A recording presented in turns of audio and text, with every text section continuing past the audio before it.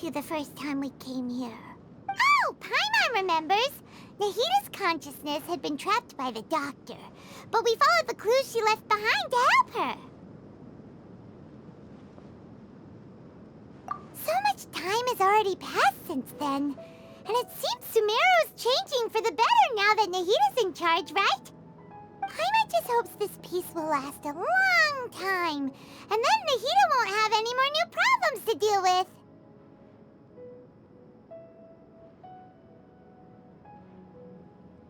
Yeah, guess you're right. We somehow always find ourselves right in the thick of it. Who knows what will happen next? Come to think of it, maybe it's all because of you. Maybe you're just a magnet for trouble.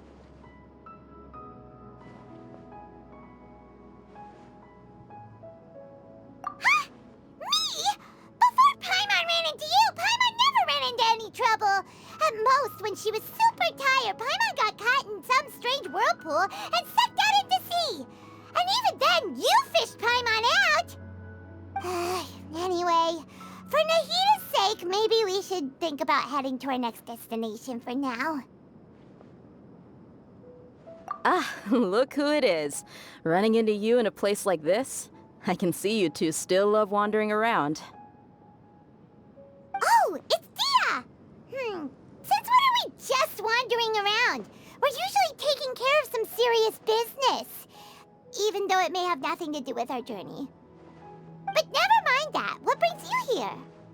I just finished a commission in the desert for a usual client of mine. Nothing too interesting. Just escorting a shipment of goods. I'm on my way to report back.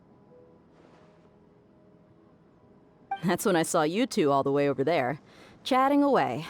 What were you two talking about anyway? Huh? You serious? Can't say I saw that coming. But you are travelers after all. I guess you'd never stay for too long in one place. Bumping into you like this will become a rarity. I'm starting to feel sad just thinking about it. Hey, how about I gather a few mercs to escort you two? What do you say? Thanks, but no need. Oh, Paimon had no clue you'd miss us so much. But don't worry, we'll come back to see everyone when we get a chance. Sounds good. All you need to do to get to Fontaine is cross this stretch of desert and navigate some waterways. Knowing you two, I'm sure it won't be anything you can't handle. So, when are you leaving?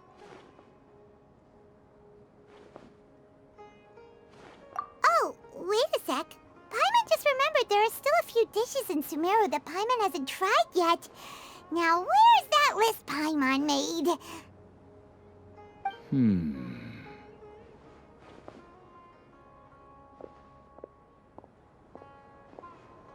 I see. Guess you won't be needing a going-away party or anything. It's sad enough to see you go like this. Though, now that I think about it, Sumeru wouldn't be what it is today without you. Seems true heroes always prefer leaving quietly. By the way, should we go say bye to Nahita? Oh, good point. Then there's no need to bother her in the real world.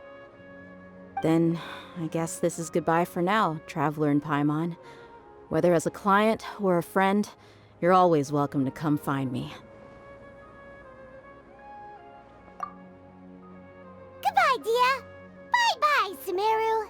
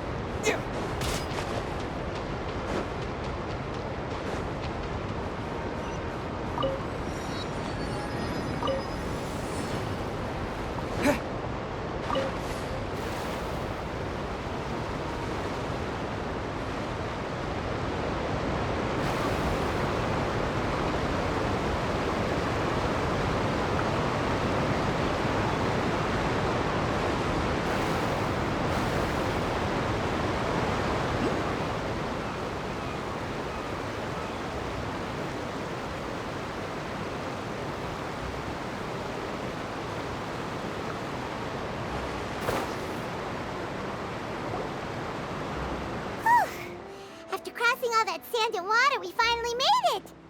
Oh, this must be Fontaine's port! Wow! Everything looks so advanced in Fontaine! Paimon's heard that the industry here is extremely developed, and there are all kinds of unusual machines! Just seeing the sights as a tourist is nice, but maybe it would be better if we found something to do. What do you think? Good idea! Nahida gave us loads of useful information.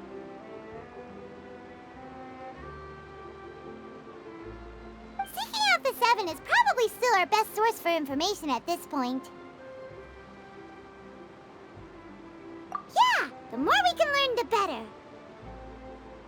So, what do you think the Hydro Archon's like? Will we get along? Nahida said that she has a very unique personality, whatever that means.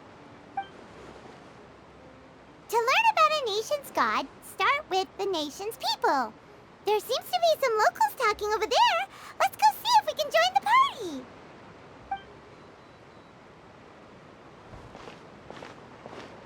party. If you ask me, it's a tragedy how things ended for him. Clearly, he was a pretty decent person. Yeah, I didn't expect that kind of ending for him.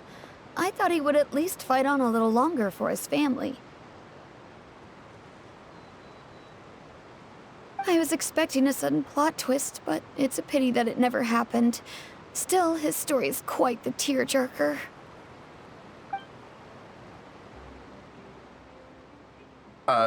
Excuse me. Can I help you two? I couldn't help but notice you standing here listening. Hi. We're travelers new to Fontaine, and we had something we wanted to ask, but you seem to be really busy talking about some kind of play, so we didn't want to interrupt. Play? Oh, no. We're talking about something that really happened. In fact, it's a case that was just heard a few days ago. Really? Like, a real trial?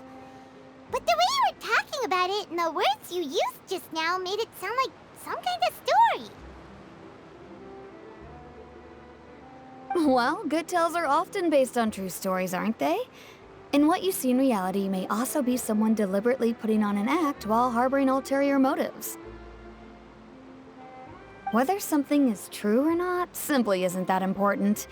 The main thing is whether the story being acted out on the stage is splendid enough.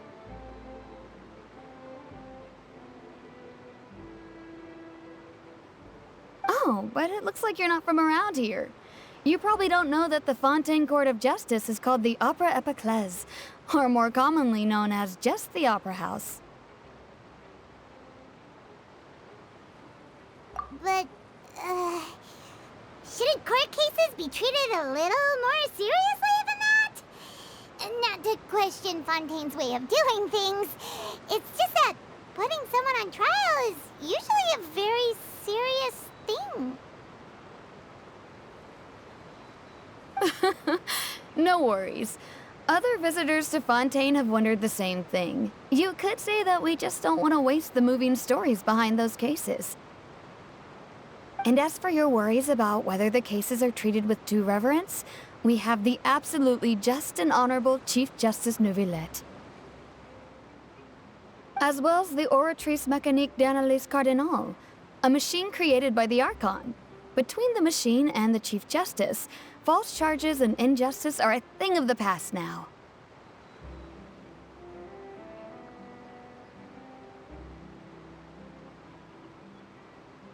Oratrice? Is it some kind of machine, too? Oh, Paimon's curious. We should check it out if we get the chance. Wait, Paimon almost forgot to ask you our question. Do you know what we should do if we want to meet the Hydro Archon? Oh, that's easy. Just go to the Opera House. Lady Farina practically lives there. You could definitely say it's her biggest passion.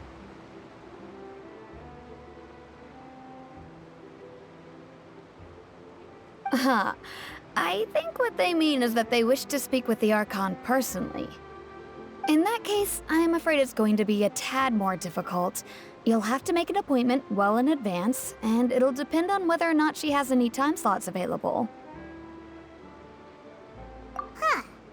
Is the Hydro Archon super busy taking care of official stuff? Wait, didn't you say that she's always at the Opera House? No. Lady Farina seldom takes an interest with the nation's affairs. The reason it's difficult to make an appointment is simply because she's incredibly popular. That's right. After all, she is the Archon. Though she may tend to get a little dramatic from time to time, people can't get enough of her.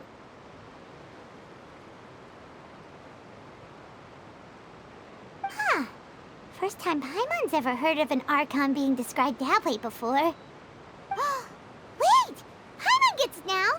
The Hydro Archon is kinda like a big celebrity here, right? Yeah, I suppose you could say that. Perhaps you could even say our mascot. Hang on. This is still Fontaine's Archon you're talking about. You should show some more respect. Yes, you're right. I guess I should at least try to be a little more respectful in front of visitors. Otherwise, I might get arrested and find myself face to face with Monsieur Neuvillette. Come on. Sure, there's a lot of laws here, but nobody's going to be arrested for saying something disrespectful about the Hydro Archon.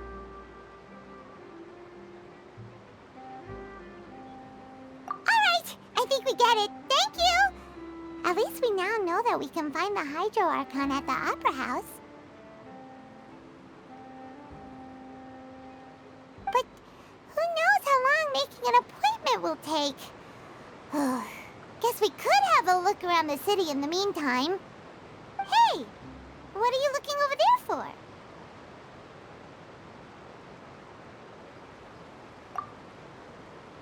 Huh.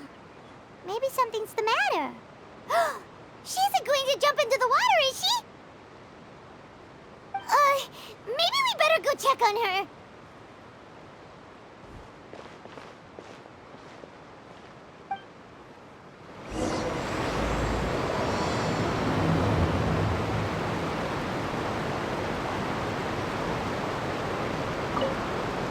Hey, how about we get some tickets to the next trial?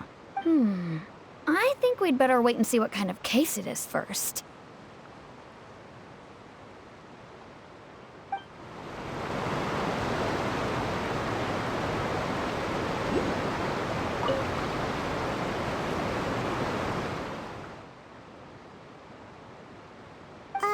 Hello there. Excuse me. Are you alright? Huh? I'm fine. Thanks. Oh, okay then. We just noticed that you seem to be worried about something. About many things, actually. But there's nothing I can do but just keep my troubles to myself. I was just reminiscing about a place my brother and I would play when we were kids. It was just atop that hill over there. See? You're pointing at the sea. Wait, are you saying that you and your brother lived in the water? No, people call the waters around Fontaine a sea. It's actually just an inland lake that's filled with fresh water. And no, I can still see that hill clearly in my memories. Now, it's been completely submerged. He would skip and jump, tossing sand in the wind. The sun shone brightly, and the air was filled with the scent of the sea. But now, the water is gradually swallowing our memories. It won't be long before it swallows us. Sorry. Paimon doesn't really get what you mean. I don't believe we've had the pleasure of meeting. Are you Lynette's new friends? Oh, and you are? Thanks for looking after my sister. She often comes here to reminisce about our childhood, that's all. There's no need for any concern. Allow me to introduce myself. I'm Linny, and this is my sister Lynette. If I had to guess, I'd say you must be travelers from abroad. Nice to meet you. Paimon is Paimon, and this is the Traveler. We just arrived in Fontaine. We were just talking with your sister. Even though we didn't really get what she was saying. I see. It's unusual for Lynette to be so willing to talk with anyone. In fact, she seldom speaks at all. I'm usually the only one she ever talks to. Oh, really? Then you two are just like us. Paimon's always the one talking for some reason.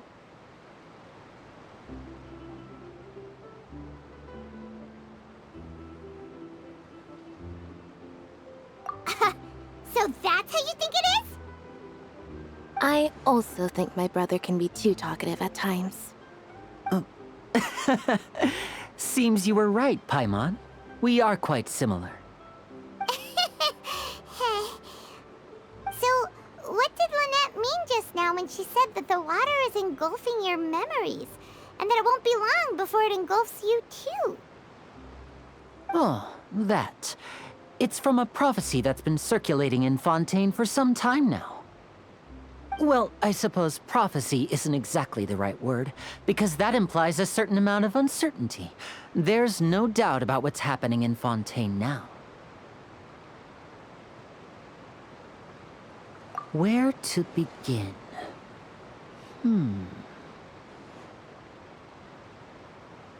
Let's put that question on hold for a moment. We still haven't formally greeted each other yet, have we? Did all the introductions earlier not count? Hello, Traveler.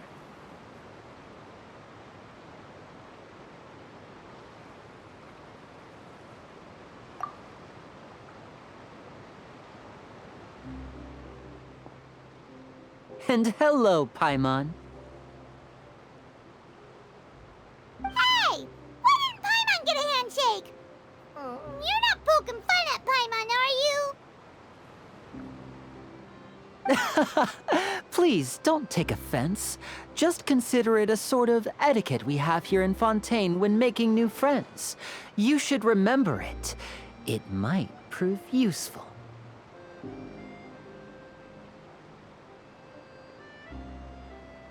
Oh, all right then. Well, Paimon's just happy to have a local friend now. By the way, we were just getting ready to go to the Opera House to meet the Hydro Archon. Would you be able to show us the way?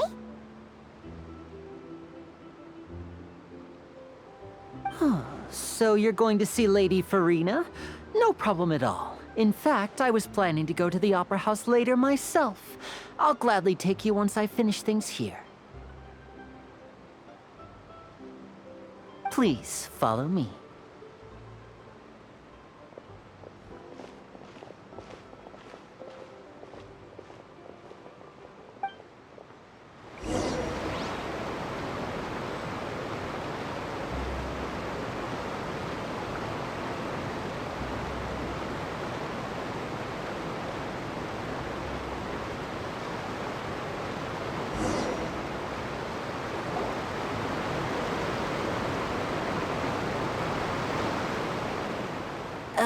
You said you were going to see Lady Farina?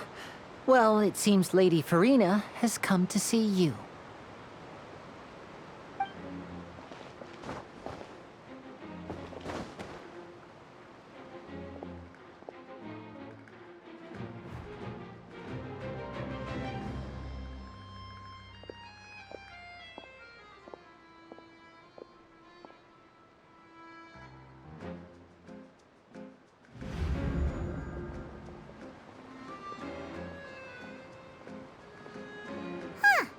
So, she's the Hydro Archon? But how did she know we were looking for her? My dear people, rich and poor, those with cup in hand and those with nothing at all, raise your glasses in celebration! If you don't have one, then just raise your hand in lieu.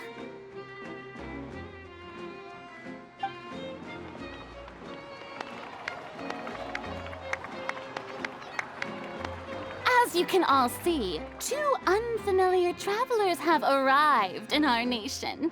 Come, let us make a toast in honor of this traveler and his companion who have journeyed here from distant lands.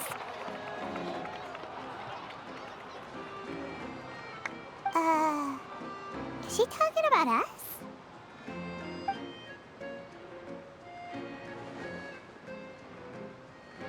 I've long heard of the turmoil and chaos you've left in your wake as you visited other nations, but I welcome you nevertheless. No, I have come to receive you personally. Fear is for insignificant cowards. I am a god, and I will never entertain the notion of such meaningless wariness. You can be rest assured. I see clearly your sincerity. Of course, seeking an audience with me is the most sensible thing to do. It will allow you to truly behold my power and witness my authority. Intelligent people always gather under the correct banner. I, Focalor, hereby welcome you to the nation of Hydro and acknowledge the value and significance of your trip. Now, you may rejoice in this.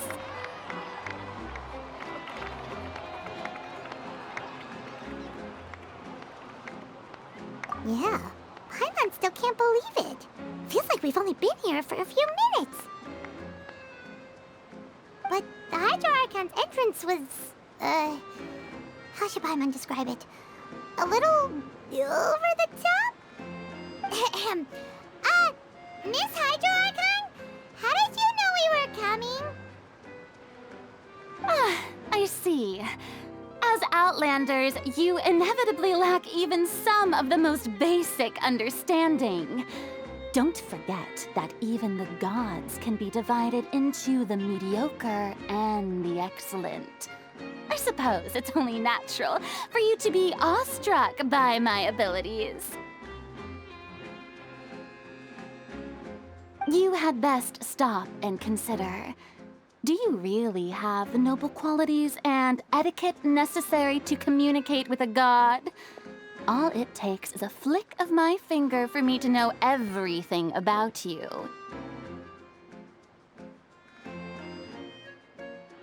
Whoa, talk about sounding high and mighty.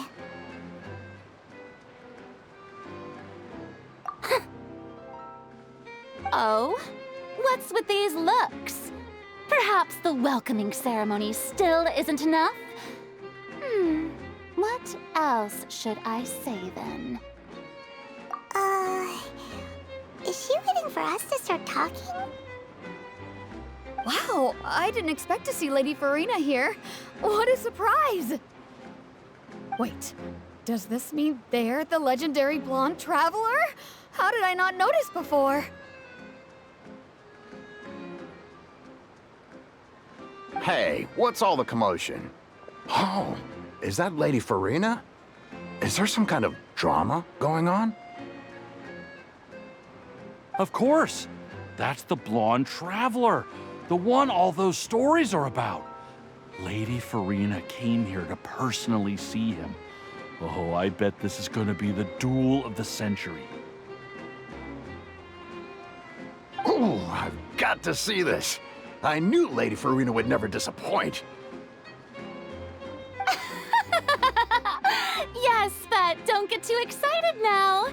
My dear believers and spectators alike tend to get quite rowdy, and despite the noise, I've come to tolerate all their ruckus. You may consider this my reward to all of you. I have determined that there will be an epic duel between myself and this traveler from another land, just as you were hoping to see. Now she wants to fight? Aren't we getting a little ahead of ourselves?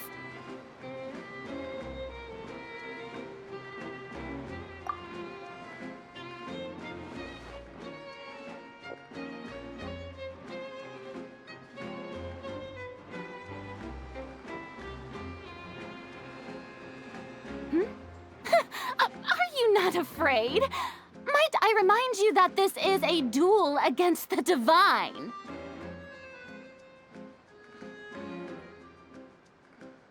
What are you trying to do, traveler? Provoking a god in front of her people?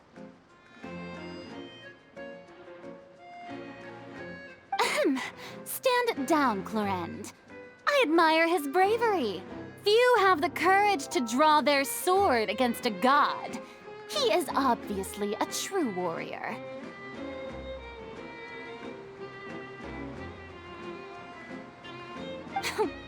Unfortunately, people nowadays only crave to be thrilled, and a mere duel will not slake their thirst for excitement. Huh. Yeah, she's right. Just a duel wouldn't be all that interesting. On Araneus, criminals are always requesting duels to defend their honor. They're getting a bit old, to tell the truth.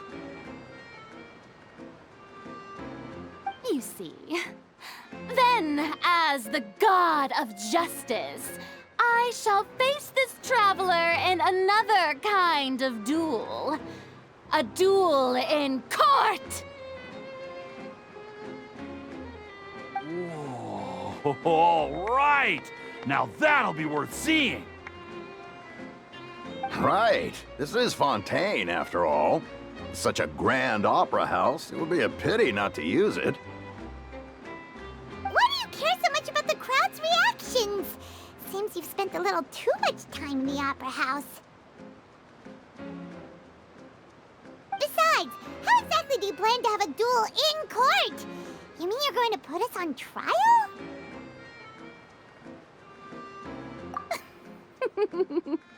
Oh, we have reason to put you on trial. It's obvious, isn't it? According to Fontaine law, no one is permitted to release any flying objects within Fontaine city limits during the first 3 days of each month.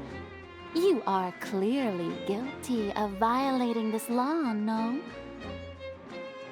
Oh, so that's what they've done wrong. That's our Lady Farina. No one knows the laws of Fontaine like she does. You call that obvious? What kind of law is that? Wait, flying object? You mean Paimon?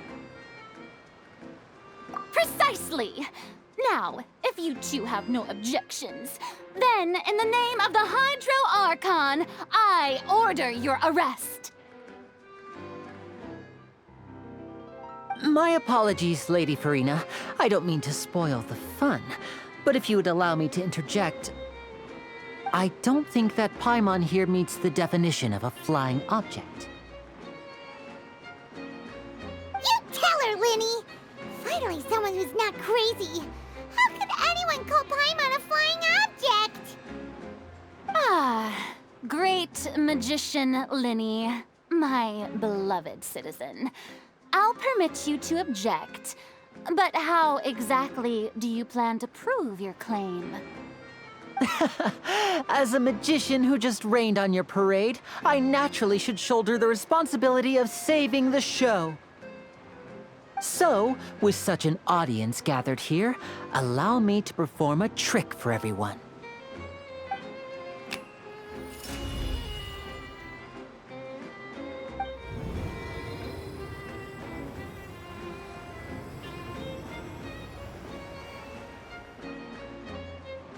Ta-da!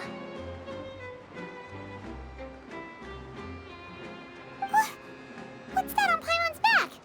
Hey, when did you do that?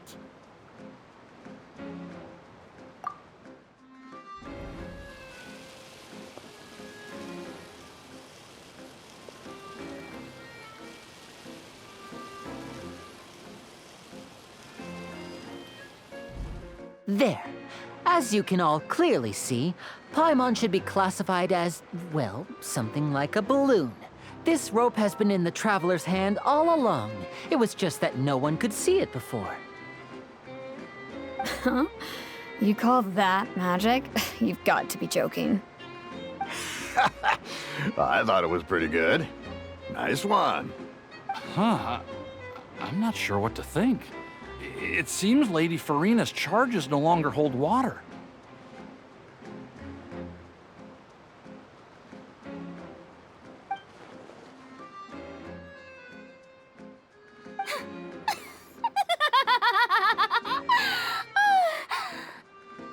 Amusing. Very amusing, Linny. Just the sort of unexpected twist that I enjoy. With you here, today's performance can finally be called complete. Performance? You see all this as a performance? In which case, consider the matter of your trial resolved. The god of justice will not bring charges against an innocent person. But when there are valid grounds, I will not only judge travelers from abroad, but even the gods of other lands.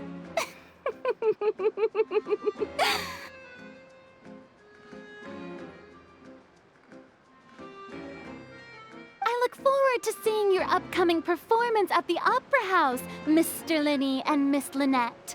That's enough for now. Toodaloo!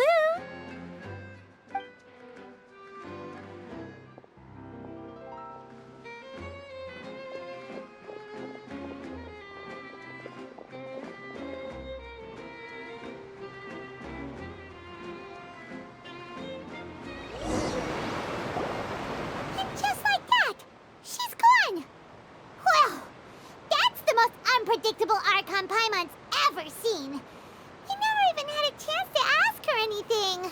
But that's a problem for future Paimon. That whole scene just now was really...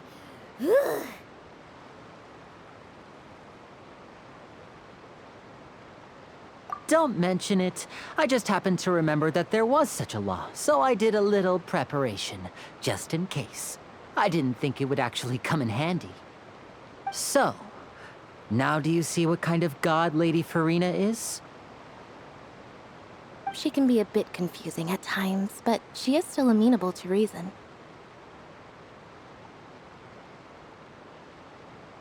Anyway, Paimon had no idea you were a magician, Linny. It sounded like you'll be performing at the Opera House, right? I just know a few simple tricks I use to make a living. Lynette is my assistant. It will actually be my first time performing on the most prestigious stage in Fontaine, the Opera House. But isn't the Opera House where criminal trials are held in Fontaine? When there are no public trials being held, the Opera House hosts a variety of other performances. To the people of Fontaine, the line between a trial and a performance can be a little blurred. And speaking of performances, I would be remiss to forego this opportunity gifted by fate. Might I invite the two of you to see my performance? My brother's always excited to make new friends. Oh, sure. We don't really have anything to do now, and we wanted to go to the Opera House anyway. Splendid. In that case, why don't we go together? I'll show you the way. I just have something to take care of first. You really mean it? Then I'll take you up on your offer. This is a magical item known as a magic pocket. Perhaps you can help me distribute them to the people here. Huh? What are they going to use it for? About that... You asked me before about the prophecy, right? Let me start by telling you a little more about what it entails. I'm not sure exactly when it began, but a prophecy has been circulating around Fontaine. It says that every person in Fontaine is born with sin. No matter how the nation of justice holds trial after trial, this sin cannot be absolved. Until one day, the water levels in Fontaine will rise, and the sinful people will slowly be drowned. In the end, the people will all be dissolved into the waters, and only the Hydro Archon will remain, weeping on her throne. Only then will the sins of the people of Fontaine be washed away. That sounds pretty gloomy. Why are people in Fontaine born with sin? What is that supposed to mean? There are lots of guesses. Some say that the ancestors of Fontaine stole the power of the seas and stirred its wrath. Others say that the people of Fontaine never heeded the first Hydro Archon's warnings and offended Celestia. But here in Fontaine, evidence is what matters. There hasn't been concrete evidence for any of these claims, so they can only be regarded as conjecture. If even the people in Fontaine don't know what sin they committed, wouldn't it be better just to ignore the prophecy completely? Why bother feeling guilty all the time? That's exactly what the people did at first. But in the last few years, the water levels in Fontaine have actually started rising.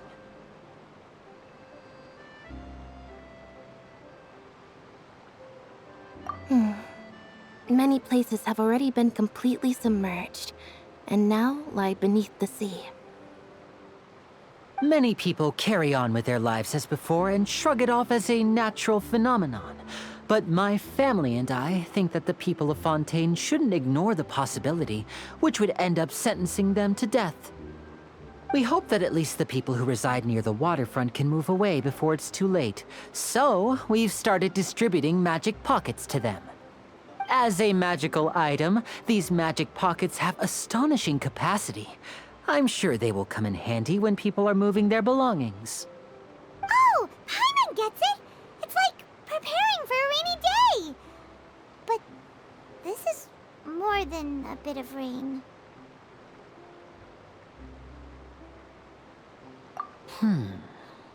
Perhaps only absolute power could ever contend with such a catastrophe. But who knows? We're just tiny specks in the grand scheme of things. Now, if you'd like to help, then please give these magic pockets to anyone nearby. Be sure to convince them to take it, regardless of what they say.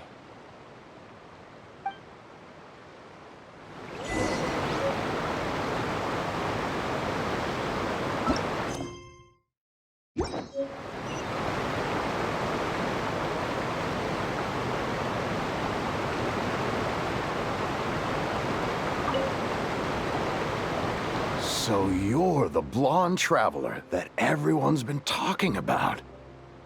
My apologies for not recognizing you earlier. Oh, a magic pocket? Seems you really thought of everything. I guess it's better to prepare for the worst and hope for the best. Thanks. Please, also thank the magician on my behalf when you get the chance.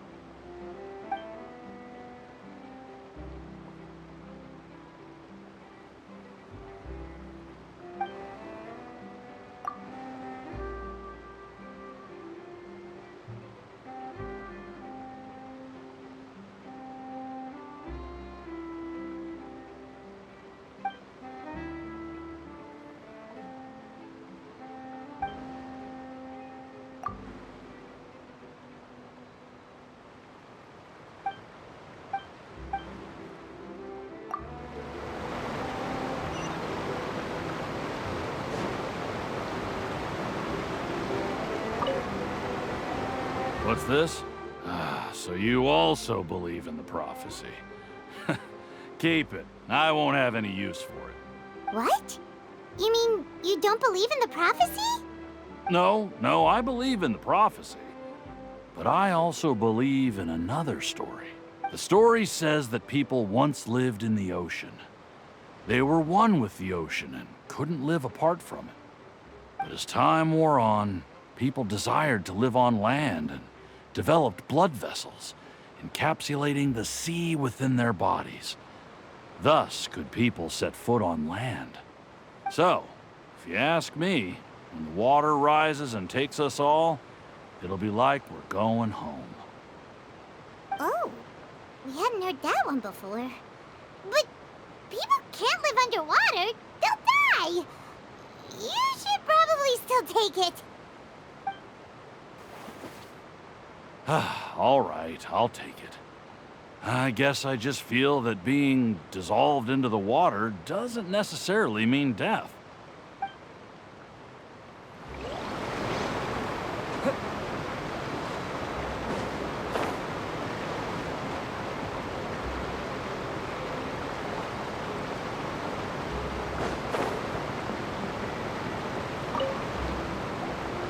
Huh?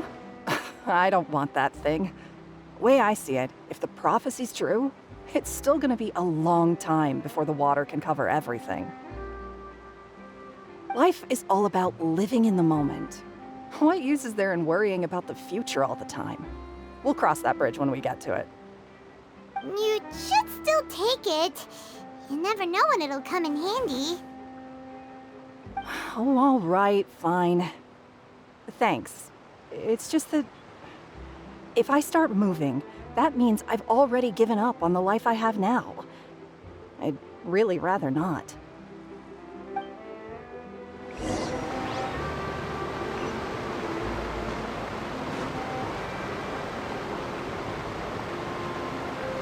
Oh? You already handed out all of the magic pockets?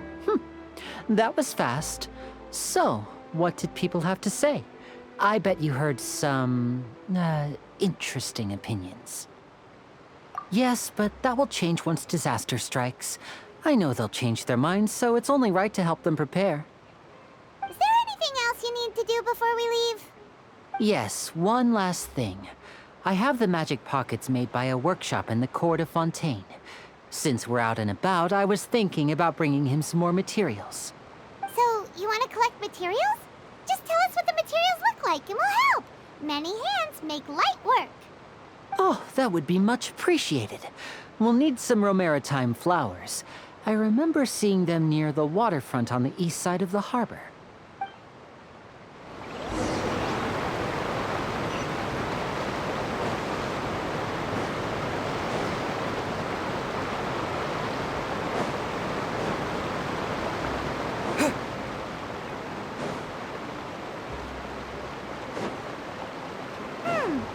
It seems we have to use Hydro to collect Romaritime flowers.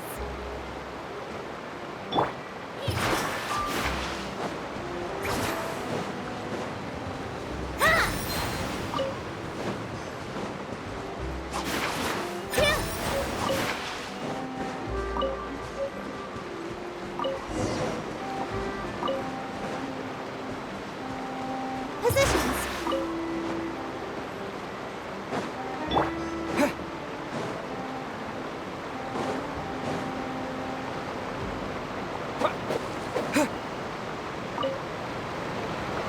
You made quick work of that. I can tell you're an experienced traveler.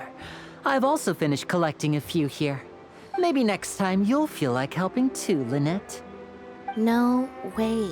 I'm in power-saving mode today. Otherwise, I fear I may not have any energy left for the performance at the Opera House.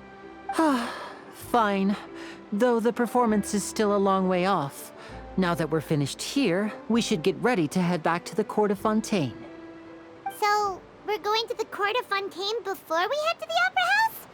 Good. Paimon wants a tour of Fontaine's largest city and try...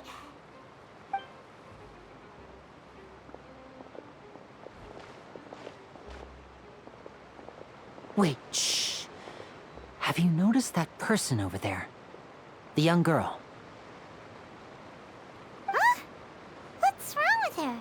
Paimon didn't notice anything. She's obviously a thief. Magicians and thieves practice similar methods.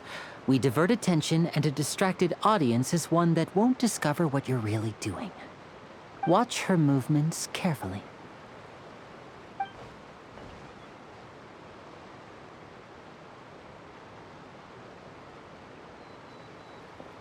Oh, he's right!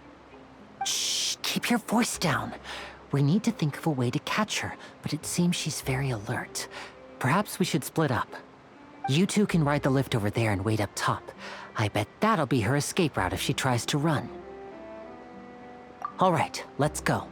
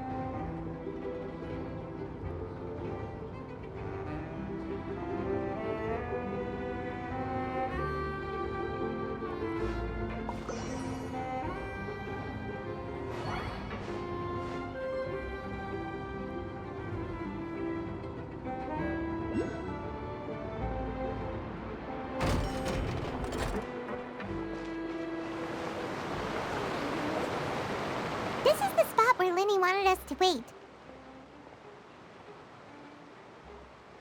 Oh, look! Isn't that her?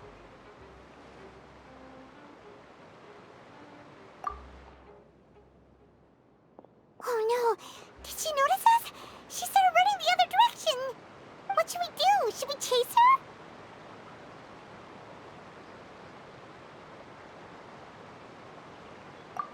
You're right. She might also be trying to lure us away.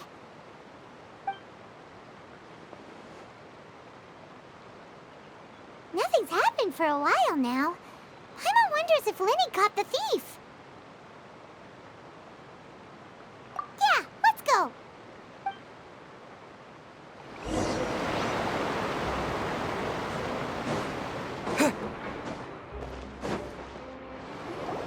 Are you sure that's all she took? You should check to make sure you're not missing anything else. No, that was all. Oh, I can't thank you enough. I didn't notice a thing earlier. Anyway, I should be going now. Thanks again.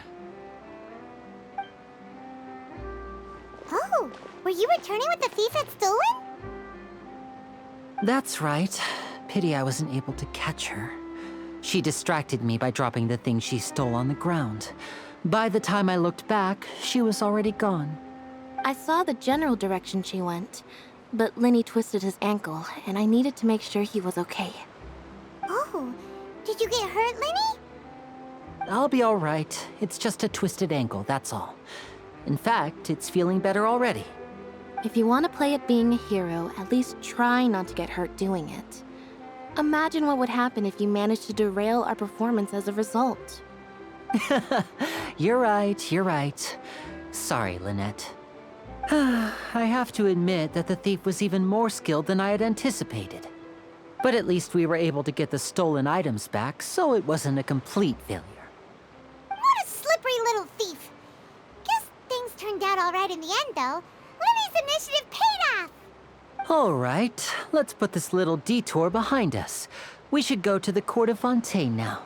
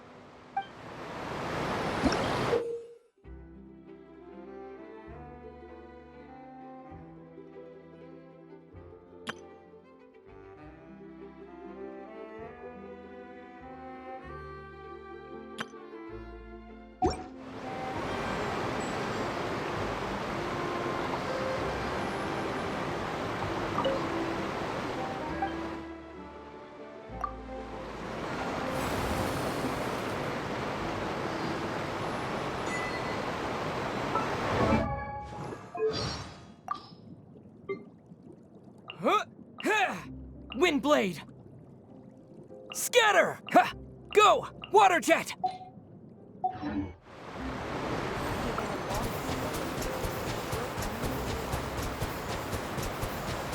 Water jet!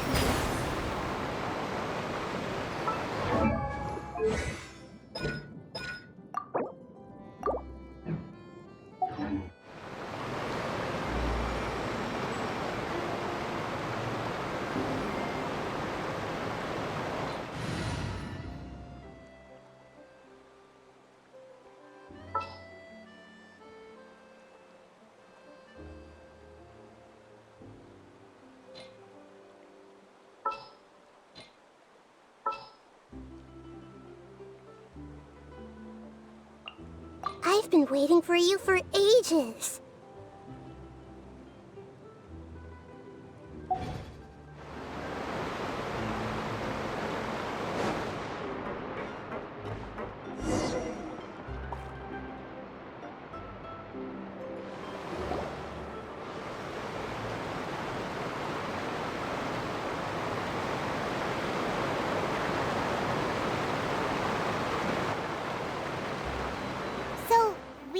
This thing to go into the city? What an ingenious way to get around! People in Fontaine really know how to use water! This is an aquabus. It allows people to travel between several key locations around Fontaine. It's pretty convenient, but the ride can become a little dull after a while. The scenery is always the same. That's why it's better to travel with friends. So you mean it's still boring even when I'm riding with you? No, that's not what I meant. It's just that, well, you don't really talk that much. Besides, it doesn't really feel like a real trip when it's just the two of us. It's the same as being at home. Whatever. Guess that's what it's like to be an older brother. It's about time for us to leave. Let's get on board.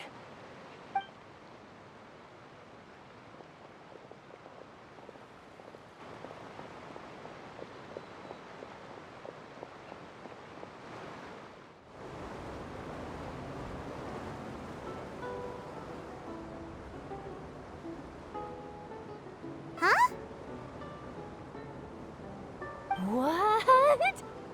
Traveler! Paimon! Charlotte! Oh, I never guessed I'd bump into you while riding the aquabus.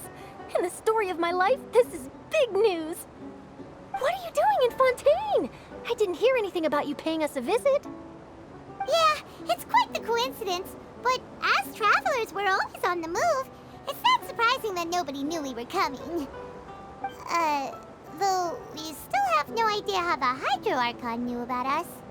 Oh, let Paimon introduce you to our new friends!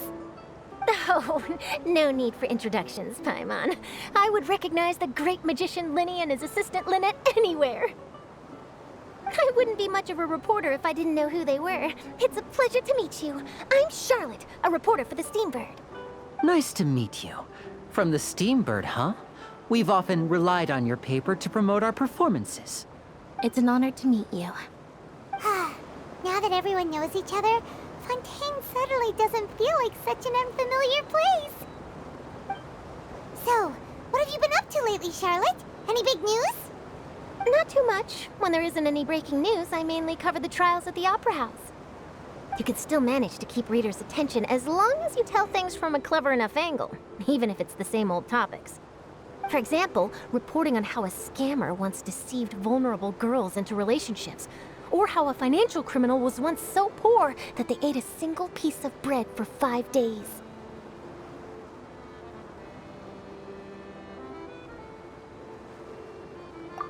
You're right. Seems you know me pretty well.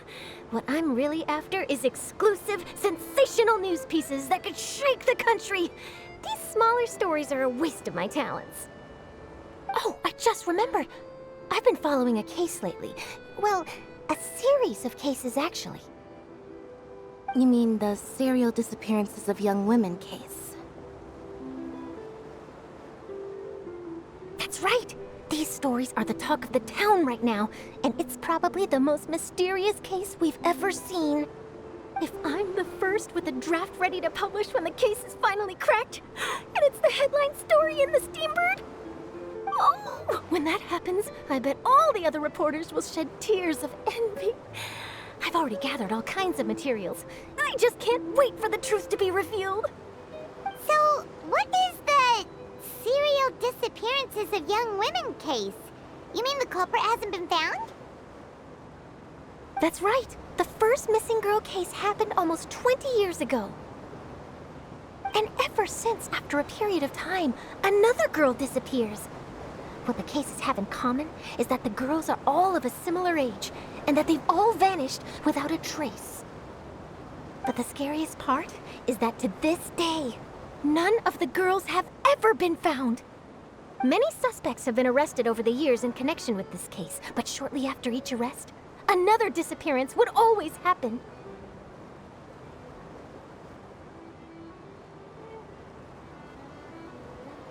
Yes, it's possible. But either way, I believe that every case has some precise truth behind it, waiting to be exposed. Yes, I agree. And at the very least, the family of those missing girls deserves some sort of explanation. I just imagined for a second what I would do if Lynette were to suddenly disappear. I'd pay any price to get her back, and then find a way to track down the culprit. Please don't imagine that, Lenny.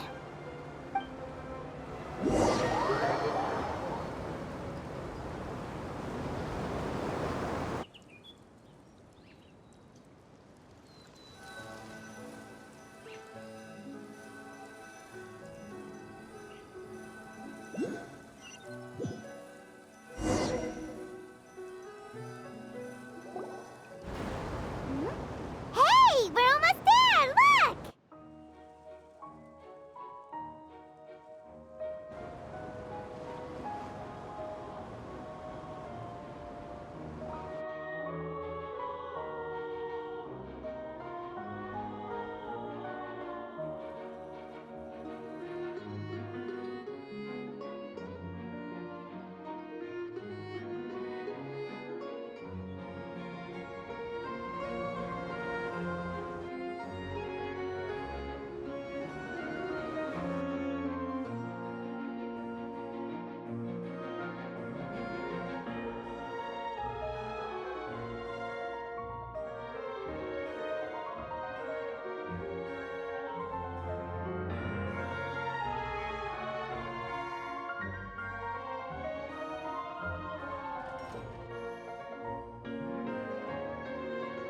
Well, I really enjoyed chatting with you. Life should be full of pleasant little surprises like this. Yeah, us as well. The ride went by too quickly. Ah, I have an interview to get to. I should get going before I'm late. Okay, Hyman hopes we can chat again soon, Charlotte. See ya! Bye now. Oh, be sure to stop by and see me at the Steambird when you have time.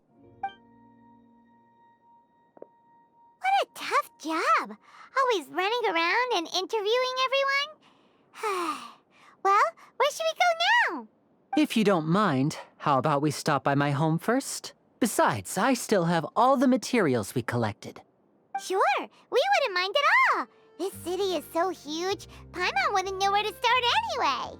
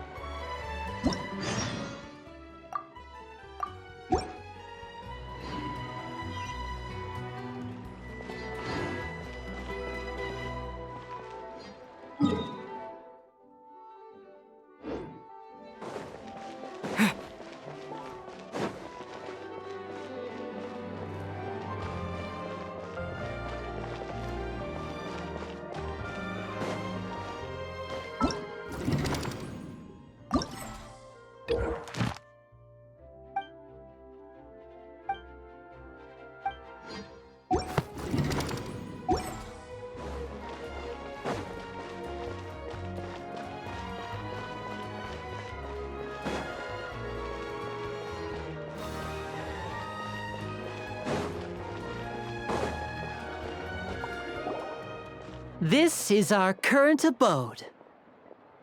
Ah, Fremine, you're home. Where did everyone else go? I have some new friends that I would like to introduce. Oh, they all just went out a moment ago.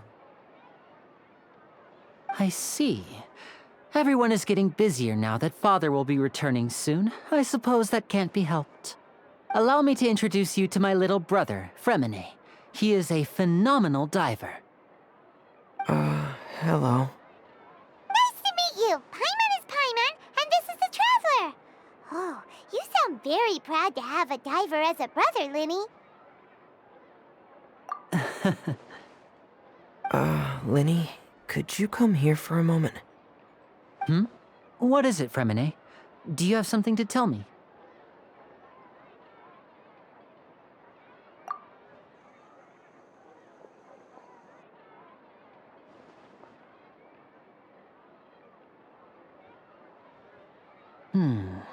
Okay, I see. Is everything all right? Oh, it's nothing. We were just discussing a little housework. Sorry for the interruption. Oh, before I forget, the Traveler and I collected more materials to make magic pockets. Were you able to get any, Fremine? Yes, I went diving and gathered lots of materials. I was about to give them to you. That's our Fremine, always quick with the underwater work. All right, I'll take these to the workshop.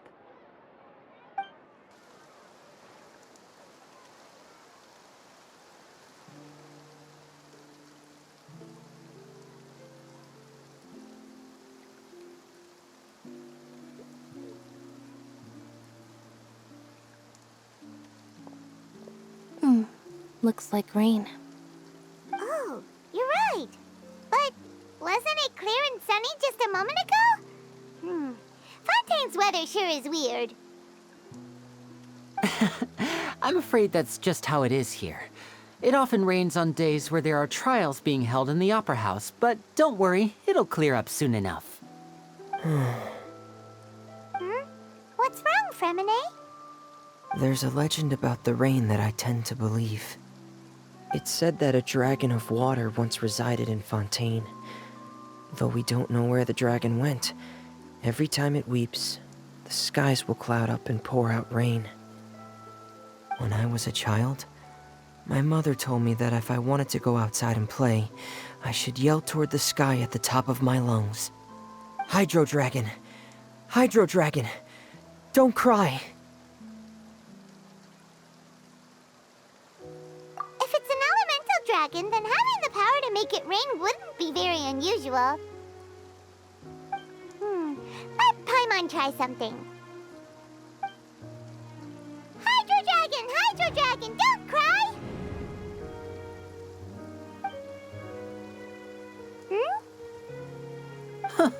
Doesn't seem to be of any use. It is just a legend after all. You know, you might be a more popular magician if you understood the concept of romanticism. Or could at least play along. Sorry. It might be because we've never met the Hydro Dragon. Perhaps it can't be comforted by the words of strangers.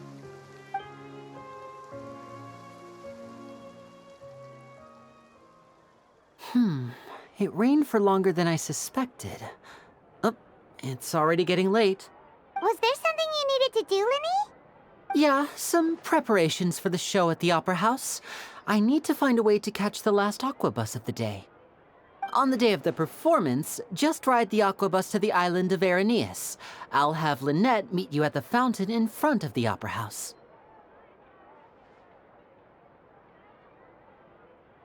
Oh, are you leaving now? What is it, Fremine? I'm in a hurry. Oh, I get it. You feel nervous delivering the materials for the magic pockets, is that it?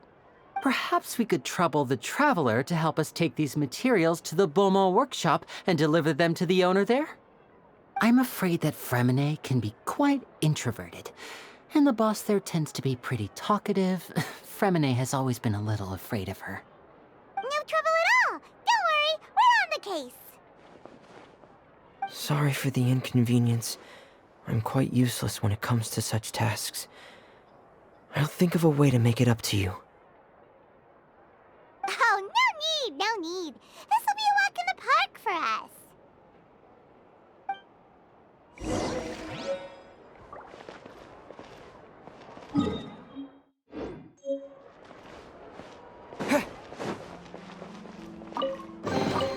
I'll keep this close. The tea here just keeps getting more bitter.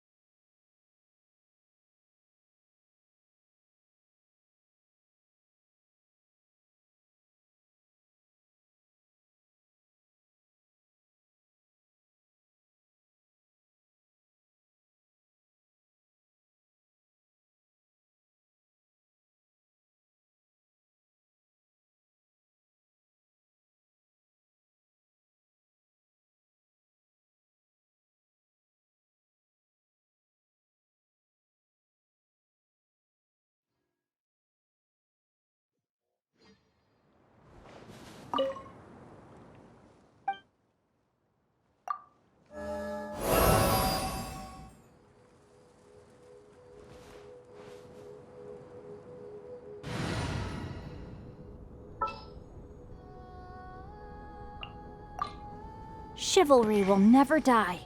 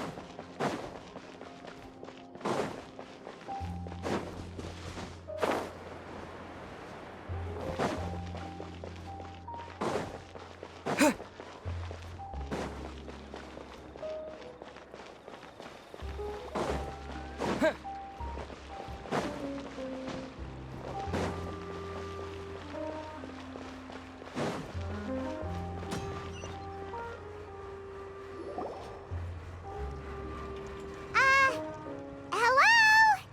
Is there anyone here? Oh, hello there. New customers? Looking to buy, or do you need something made? Or perhaps you're just looking for a chat with me. Oh no, we're just here to deliver some materials. Here they are. They're for making... what were they called again? Ah, these must be for magic pockets. I could tell right away. I've already made several orders worth now.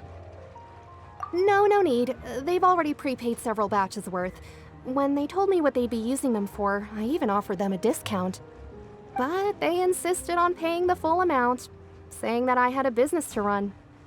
It seems both their hearts and their pockets are made of gold. Whoa. So, is Linny actually loaded? I can't say for sure, but who knows? Maybe there's good money to be made being a magician in Fontaine. Hey! Is this Mishima make stuff here? It looks really advanced. Why use your hands when a machine can do the work? It would be a waste not to use the latest technology. And wasting is a kind of crime. But where does a big machine like that get its power from? Well, it's a little complicated. I'm not sure I can put it in layman's terms for you. But basically, everything we usually use here in the city is powered by indemnitium. It's a type of energy that's produced from trials. Huh? How can trials produce energy? Well, I'm not completely sure of all the details myself, but basically, when a trial is in session, the Oratrice Mecanique d'analyse Cardinale harvests people's belief in justice and converts it into energy to be used all around Fontaine. So that's what its other function is? Paimon heard that the Oratrice was created by the Archon to make judgments. But Paimon still doesn't get it. How could something unreliable like people's beliefs be turned into a stable power source for these machines?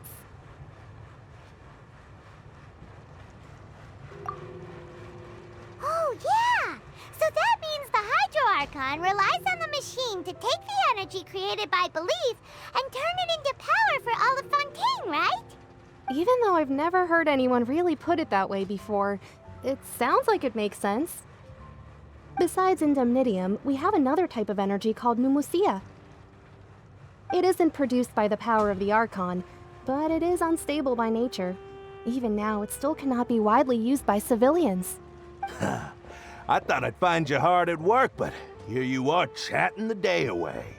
Since you're already talking, I'm sure you wouldn't mind a few words with me. You again? Didn't I already promise you that I'd have the more I owe to Confrérie of Cabriere by next month? Why are you hounding me now? Yeah, but how do we know that you won't go running off by the end of this month? I want 50% today. Wait, no? 70%.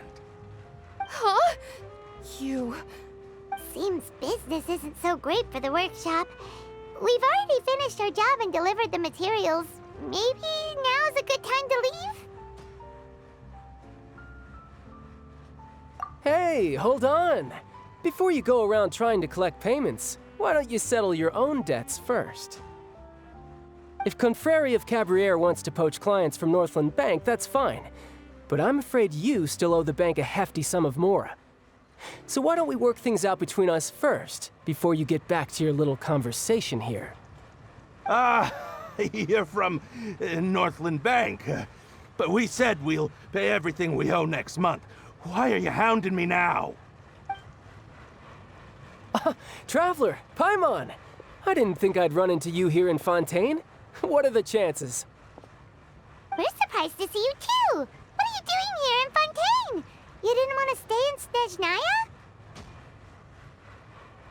Snezhnaya? Long story short, I've already been in Fontaine for some time now, and honestly, things have been pretty boring. But it seems that fate brought our paths together today. Not only will I have some good friends here now, but ones who always seem to find trouble. Either way you look at it, it seems things are going to get a lot more interesting now. Pretty sure we'd want to avoid anything that you'd find interesting. Besides, our trip here has gone pretty well so far. Right, Traveler? Hey, you, Northland Bank boy. Aren't you forgetting something? Don't interrupt. It's not often I run into the Traveler like this. Why don't you wait for me over there for a while? You kidding? Aren't you the one looking for us? You really expect us to sit and twiddle our thumbs while you catch up with your friends? Listen to me, boy. If you want your mora, fine. Why don't you come and take it? Hey, I just said not to interrupt. Oh, by the way, Traveler, the last time I took Tonya and Tusser ice fishing, Tusser said, "Hey, that's way over the line! All right, boys, let's see who has to pay up now!" Can you at least let me finish one sentence? Fine. Though the bank told me not to get rough with our clients. You're the ones who started it. This is an act of self-defense. You two will have to be my witnesses, okay? I'm sure this won't take long.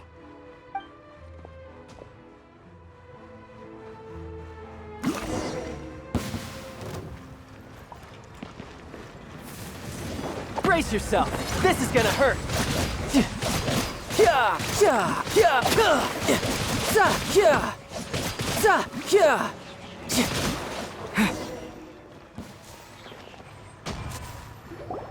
Oh, what's your deal, Brad? How are you so strong if you're just a staffer from Snezhnaya's Northland Bank?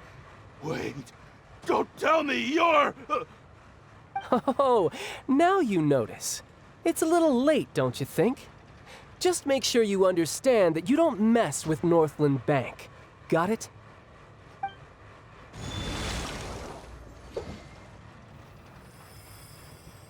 Huh?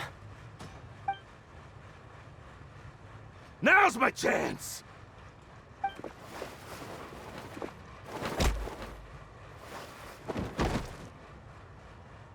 Huh. That was weird.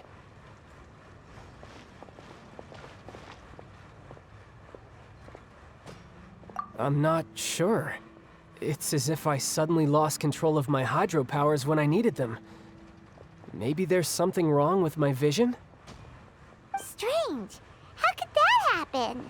First time Paimon's ever heard of someone losing control of their vision. Never mind. It doesn't matter.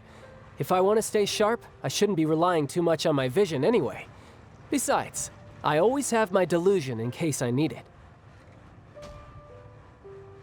So what are you doing in Fontaine, child? I don't see its work for Northland Bank. Well, I guess it's because I've been in a bad mood lately. Huh? What kind of reason is that? Wait, since when do you feel down about anything? I don't know. Maybe I still have a lot to learn about myself. But recently, there seems to be some sort of restless power stirring inside of me. And I don't know why, but every now and then I feel like I'm in a terrible mood. Maybe you losing control of your vision just now is connected with that power you're feeling inside. That is a possibility.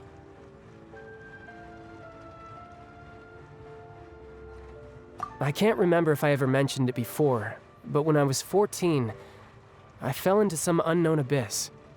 It was during that time I learned nearly all of my abilities. The one who took me under her wing and taught me was named Skirk. She was always quiet and very mysterious.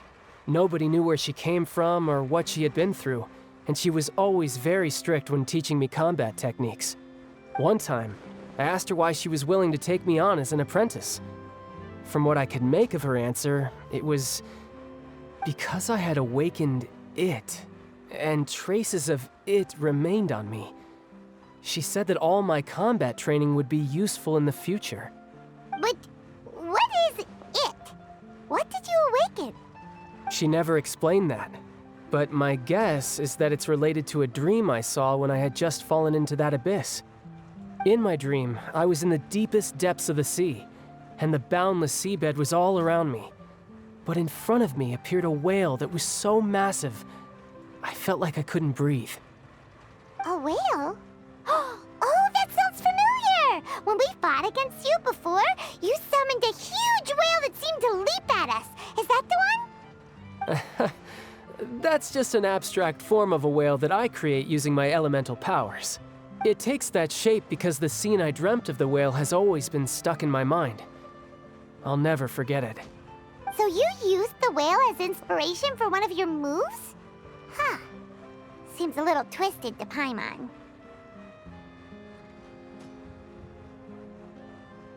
So why don't you just go ask your master? Maybe she knows the answer. You make it sound so easy. Ever since the incident I experienced there, I've never stopped searching for Master Skirk and that unknown abyss. But it's been years now, and I've still found nothing. There isn't even a trace of the place where I remember falling into the abyss. Oh, it sounds like some kind of ghost story. Yeah, I'm out of leads at this point, but there's nothing more I can do. It seems that strange encounters in this world tend to be elusive like that. Oh, seems the time really flies when I'm talking with you. I just remembered I have somewhere else I need to be, so I should get going. What? More work for the Northland Bank? No, it's more of a personal appointment.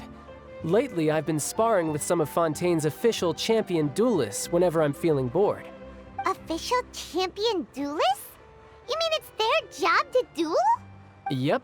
In Fontaine, before a criminal goes to court, they're given one chance to defend their honor by requesting a duel with an official champion duelist. The champion duelists are all powerful fighters selected from among the nation's best. And the duel itself is a no-holds-barred fight with no specified stopping point. So engaging in such a duel is regarded as a symbol of defending your honor. If a criminal manages to win the duel, they'll be acquitted. But if they lose, they'll have no choice but to stand trial. And the worst-case scenario is that you're simply killed in the duel. Though it's rumored that Fontaine has a death penalty, from what I can tell, no one has ever been officially sentenced to death.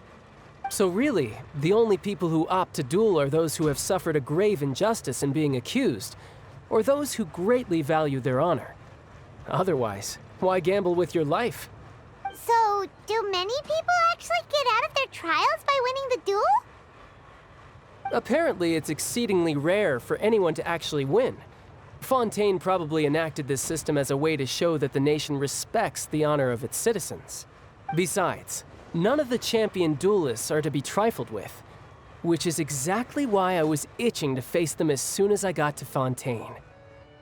Apparently, the one I'm meeting today, Clorinde, is the strongest of the champion duelists. I had been asking her for some time before she finally agreed to face me today. Well, that's child for ya. Paimon feels like we heard that name somewhere before. Clorinde. Huh. Oh, before I forget, I want you to have this. Huh? Your vision? You're seriously just giving it away? I'm just worried that it could become uncontrollable again. I'd be pretty upset if it got in the way of my duel, so I think I'll be better off without it for now. Besides, I just need you to hold on to it for a short while. I'll come retrieve it when I have some time later. Paimon knows what you're up to. You just want an excuse to come talk to us again, don't you? Whatever gave you that idea? I'll be in touch later.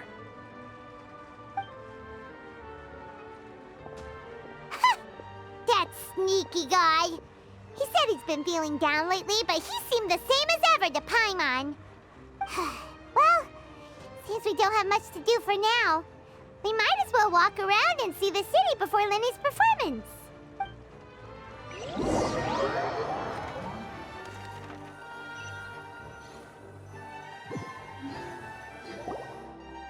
Wow! Who could have seen that coming? The reporter who was barely around for most of the story was the murderer all along! Sorry. Paimon was just surprised, that's all. Whew. Paimon never saw that twist coming. The murder mystery novels here are amazing! The whodunits here in Fontaine are a lot different than the light novels you see from Yai Publishing House. Both have their merits, but Paimon thinks this style of novels are more, well, novel. It's so exciting to reach the moment when the mystery is uncovered, especially in the one Paimon was just reading. You should buy a copy and read it too. Oh, sorry about that. Paimon will be more careful next time. Hey. Shouldn't we be heading to the Opera House to see Lenny's performance soon? It's almost time for the show to start, so we should get going.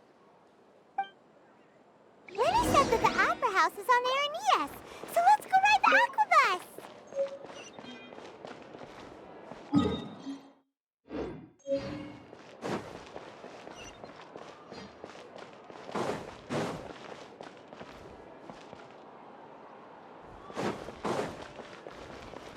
Investing too much emotion puts you at risk.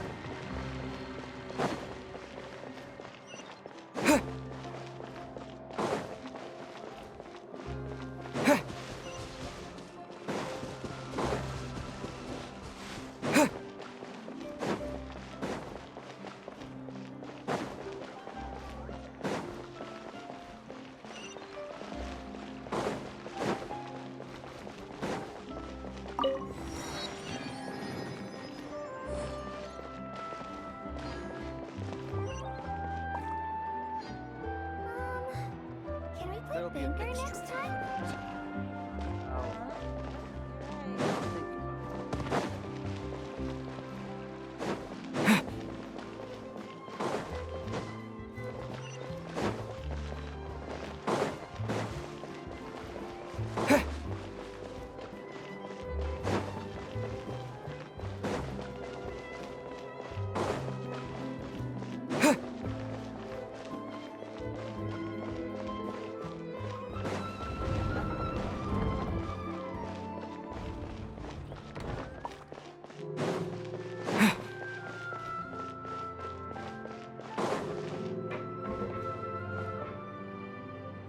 Looks like we're running out of Type 3 screws. Feel free to check the Aquabus map and schedule for details.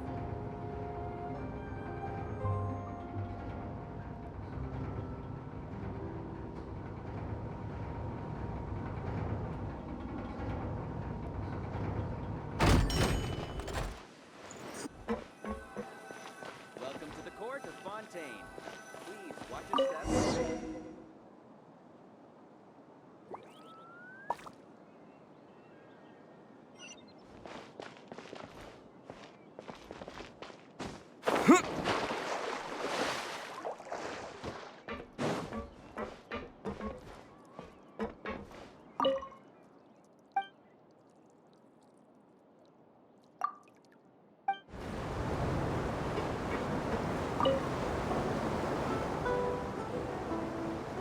Welcome to the Navia line. I am Elfan. The boat will be departing imminently. Please do not stick your head, hands, or other body parts outside the boat. The Aquabus operator is not responsible for any accidents or injuries resulting from doing so.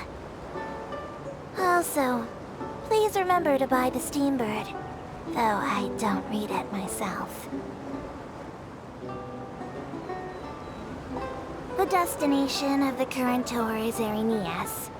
Points of interest worth visiting include the Fountain of Lucine and the Opera Epiclese.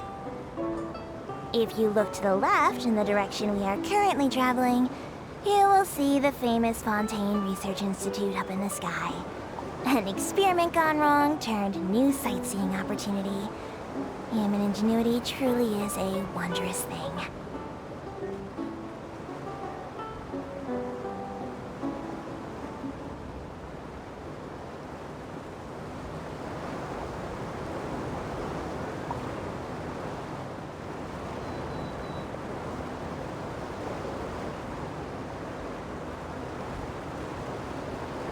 We are now approaching our final destination. Please be sure to bring all your personal belongings with you as you disembark. Even though I will take any forgotten items to the lost and found, the paperwork is rather annoying, as Melusine hands are not suitable for grasping pens. Please be careful when disembarking. It has been my honor to be your tour guide this trip. Thank you.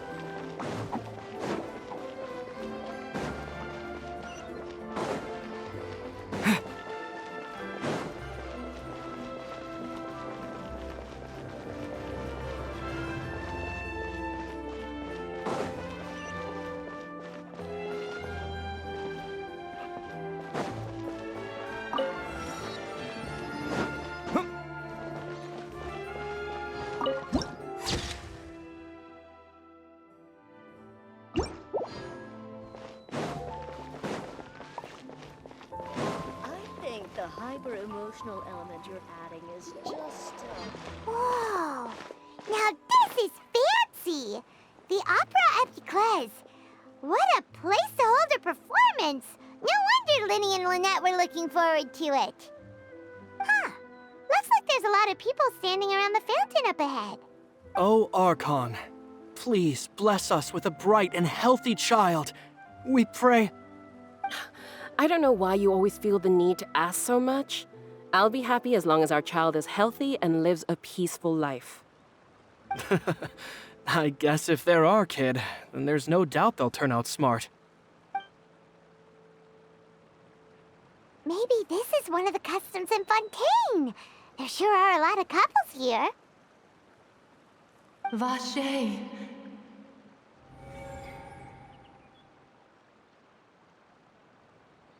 What's wrong? Vache. Vache.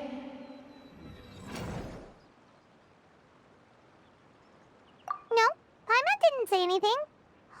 Are you hearing things? Welcome to the Fountain of Lucine. All the water flowing through Fontaine converges here. It's customary for newlyweds to come here and wish for children. Ah! Lynette! You scared Paimon! When did you get here? Lenny asked me to wait here for you, remember? Right. What do you mean? There are a lot of people here right now.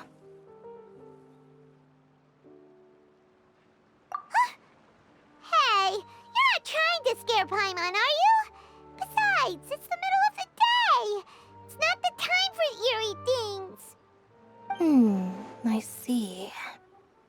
I might be able to tell you something that could help explain the voice you heard. In fact, you might not be imagining things at all. I suspect that what you heard is a result of your hypersensitivity to the hydro element. Others in my family have had similar experiences. It's because of his sensitivity to the hydro element? But what would hearing a voice have to do with elemental power? When do you cry, Paimon? Wait, what? What does that have to do with anything? Just answer me. When do you cry? When Paimon's really sad? Oh, and when Paimon's super happy. Oh, and also when Paimon's really, really scared. Then you should understand that tears contain your most intense emotions. Like I just mentioned, the Fountain of Lucine is where all the flowing water in Fontaine converges. Even the tears that fall to the ground will eventually gather here. So maybe what you heard was the intense emotion coming from someone's tears.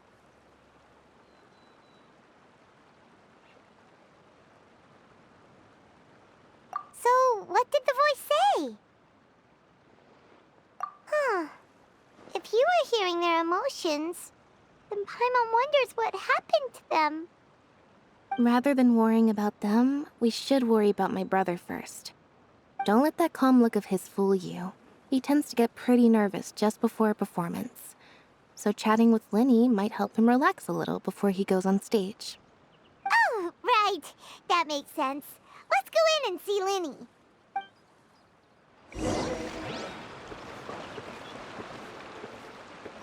I wonder where humans come from.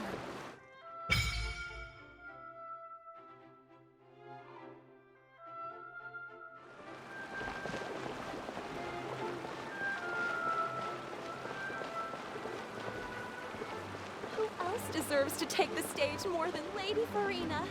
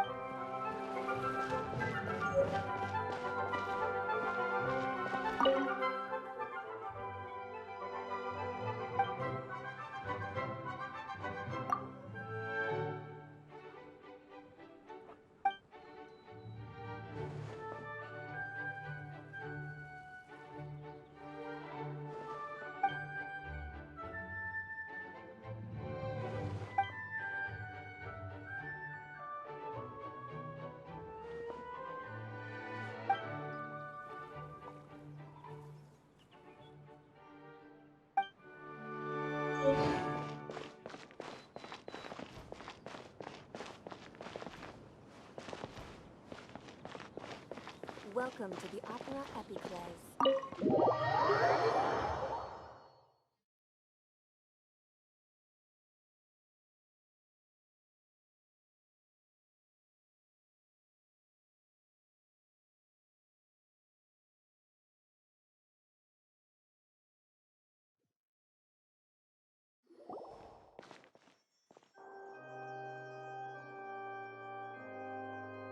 Ah, Traveler and Paimon, good to see you. I knew you two would come. Are you kidding? We wouldn't miss it for the world. We've been looking forward to it. I can tell, judging by how early you've arrived. But you're actually right on time. The audience still hasn't started entering the venue yet, which means now is the perfect chance for us to take you to the best seats in the house. Wait just a moment, I'll fetch the tickets.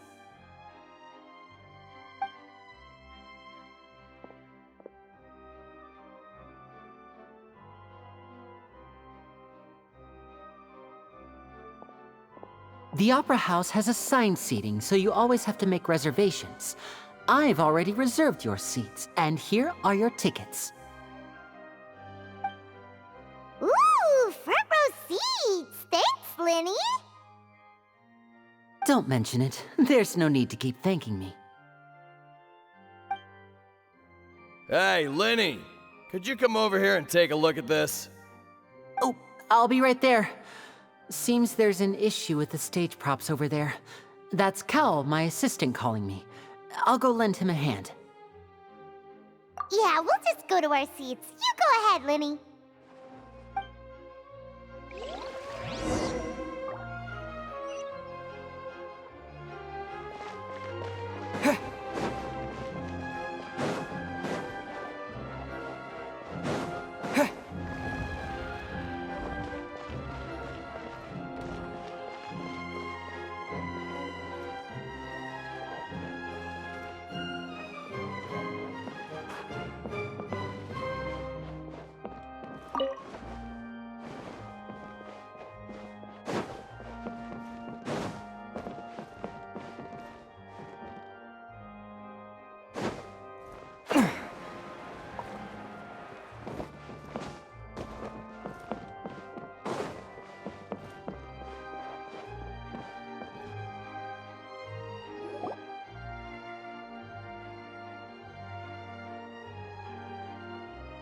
These should be our seats. Come on, let's sit down.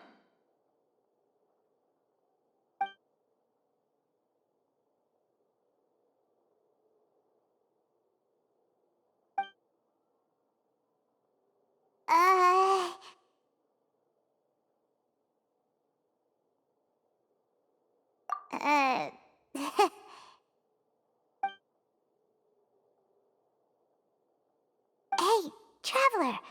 Maybe we should strike up a conversation with the person next to us. Since we're sitting together and the rest of the place is practically empty still, it's kinda awkward if we don't say anything. Ah, you little... Of course you put this on Paimon!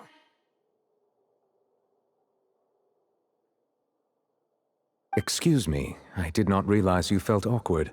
I am terribly sorry. I would be perfectly happy to chat with you if that is what you would like. Oh, so you heard all of that, did ya? Boy, you sure have good ears. Paimon thought she was keeping her voice down. Wait, that's not it, Paimon's... Sorry, Paimon's the one who was being rude, talking under her breath like that.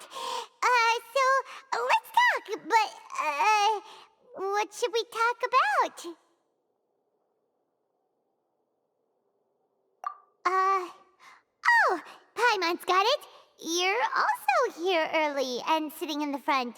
Are you a friend of Linny's too? A friend, you say? Well, if Mr. Linny would like to be my friend, I would be more than happy to reciprocate. Oh, so you're not friends with Linny then? Oh, this is getting more awkward by the second. Paimon nearly forgot to make her introduction. Nice to meet you. Paimon is Paimon, and this is the Traveler. We just arrived in Fontaine. It is an honor to meet you two. I have heard of your deeds across Teyvat. And as required by proper etiquette, I will also introduce myself. I am... Oh, Monsieur Neuvillette. What an honor it is to have you here to see my show. Ah, Mr. Linney. I should say it is in fact an honor for me to see your performance in person. Wait, Neuvillette? Could he be... I saw you all chatting just now, but it seems you still don't know who Monsieur Neuvillette is. Allow me to introduce you to Fontaine's Chief Justice. That seat is always reserved for him. It wouldn't be too much to say that he's the symbol of justice and honesty here in Fontaine. Whoa! Sorry for being so rude just now. Paimon had no idea you were such an important person. No offense taken. Being Chief Justice is merely what I do for work. Nearly every person has their usual reserved seat, so I'm not so special, really. And by the way, I should probably let you know, even though I would prefer not to. There's someone sitting up there in the VIP seats that has been striking a pose for quite a while now. I believe she is trying to give you a most elegant and impressive first impression. So I think you should take notice of her sooner rather than later, otherwise she may become flustered.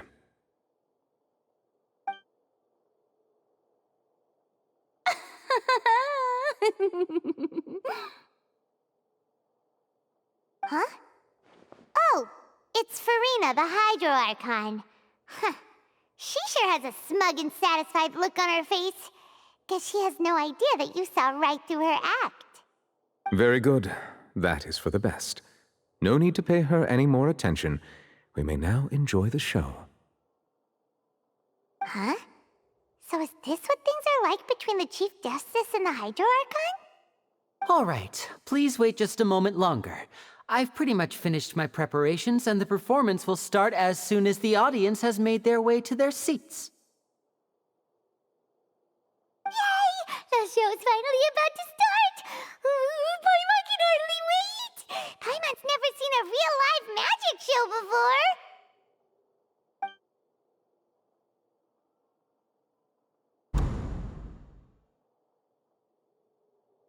Oh! They're dimming the lights! The show must be starting!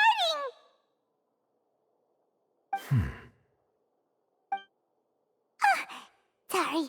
Paimon will try to stay quiet. Welcome, one and all, to the Opera Epiclese. I am the star of today's show, Linny. And over here is my sister, Lynette, who will be working as my wonderful assistant. Please, let's give her a warm welcome. Hello, everyone.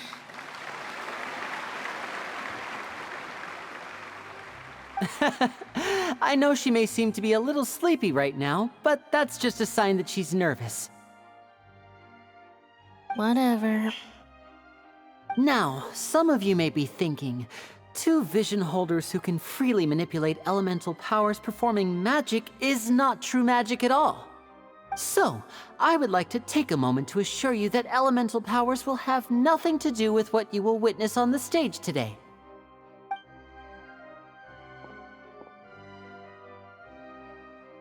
Both Lynette and myself have removed our visions for the show. That way, even the gods won't be able to help us. Oh, good point. That's what makes the show real magic. Now, without further ado, let the show begin. Lynette will now exit the stage to make some preparations. I know you might miss her, but don't worry. She'll be coming right back on stage momentarily. Perhaps in an unexpected way. I'm sure she'll be stealing the spotlight soon enough. Oh, and before I forget, there's one more thing I should say. You never know what can happen in the blink of an eye. A magician's greatest skill is making things disappear or appear. The possibilities are endless.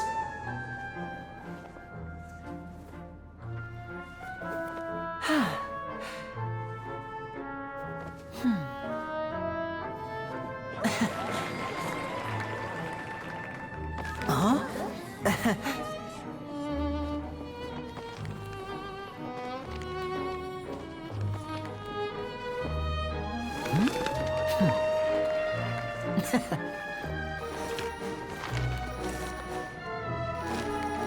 But this isn't what you came for.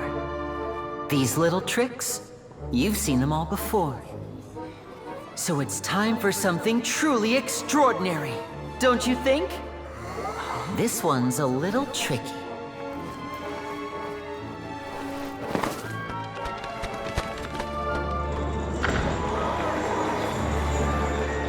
Using this water tank, I shall make my sister vanish completely, right before your very eyes.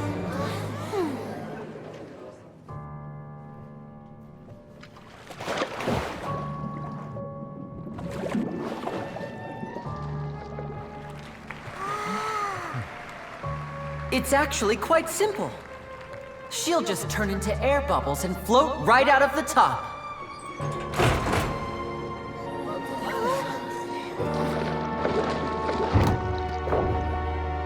Oh no! I told them to check all the props carefully. With the lid on, even air can't escape. An amateur magician would be getting very nervous right around now. Luckily, it's me on stage, so let me show you what a true virtuoso can do.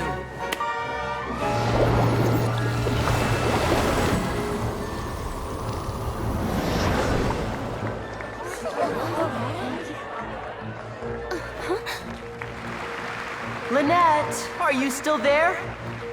Don't go too far. We don't want to use up all our magic. Hi, I'm back. Uh-huh.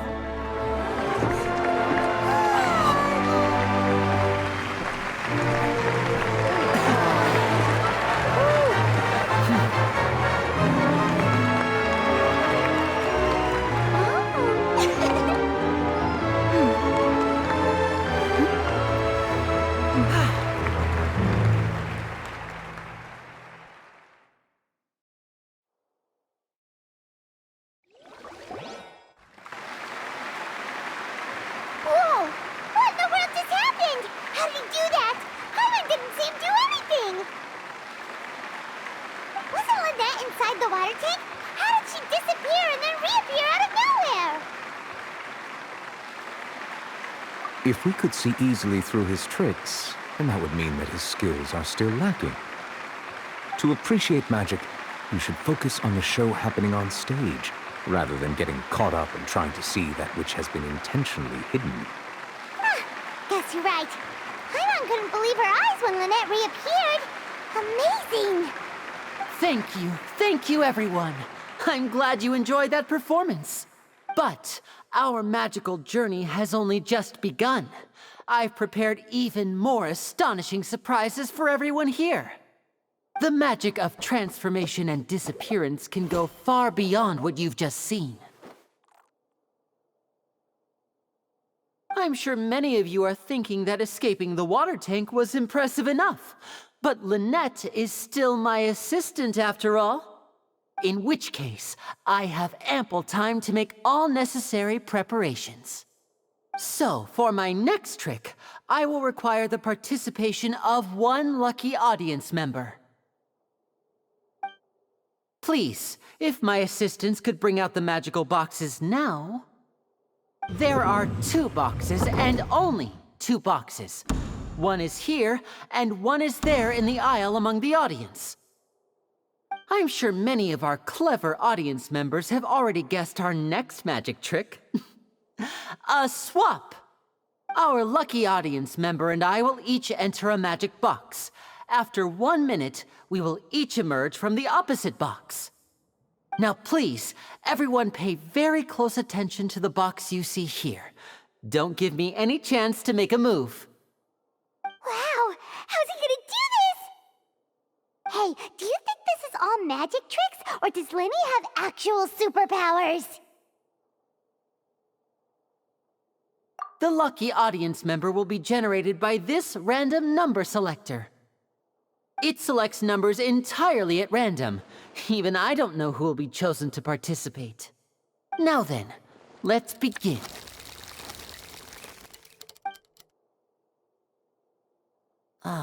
Let me see. Oh, row 7, seat 3. Congratulations!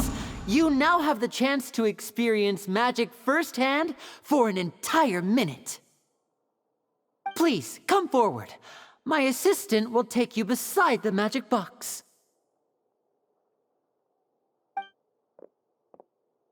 I'm sorry, it might be a little cramped inside, but no need to feel nervous. We've carefully arranged everything for you to be as comfortable as possible. You don't need to do anything, but no matter what strange things may happen, don't come out of the box. If the magic is interrupted, who knows where you might end up? You might even find yourself in the Fortress of Meropide. Oh, okay. All right. Before I enter the magic box, there is one more thing I need to ask the audience to do. Could you all give me a countdown? Like this. 60, 59, 58. Just keep counting down. You can go a little faster or slower if you like.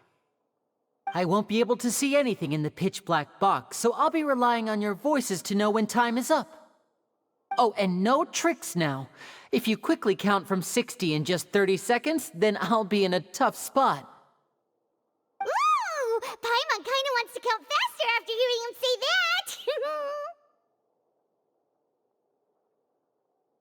No, that won't do. I can see it in your eyes. You still can't be trusted. Let's practice together. Come on, repeat after me. 60, 59, 58. 60, 59, 58! That's right, perfect. Keep it going. All right, I'll see you all on the other side once you've finished counting. 54, 53, 52? Huh?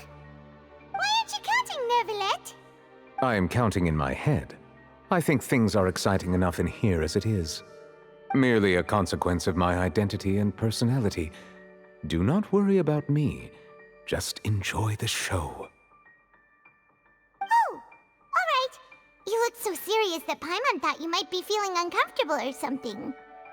40, 39, 38! Mr. Linney, are you all right in there? Is everything ready? Yes, I'm fine.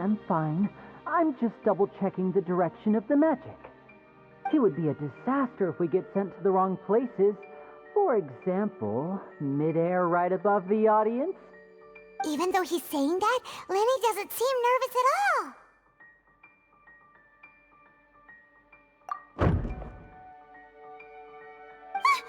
What was that noise? Did you hear it too? Not sure. Anyway, it doesn't seem like anyone's worried about it. 25, 24, 23! What's wrong, Mr. Linney? I can still hear you moving in there. I seem to have accidentally knocked over a decoration. I'm trying to fix it, but it's pitch black in here. I can't tell left from right. Never mind the decorations. There's no time for that. The show is what's important. No, that's unacceptable. I want my show to be perfect. Don't worry, we still have 20 seconds. Hear them counting? 19, 18, 17! It seems things aren't quite going as planned. I apologize, everyone. It feels like you're all starting to count faster, but that's all right. I know it can be tiring to do such a long countdown. 10 seconds and change is still plenty of time. 10! Almost there now. Whew. Swapping two people is harder work than you might think. Even a master magician like me can't guarantee I'll get it right the first time. Hey, wait! Is this the back one? I can't tell. They both look the same inside. Huh? No, that's not it. I'll try again. 7! Hey, slow down! Honestly! 5! 4! 3! Whoops! That doesn't count! 0!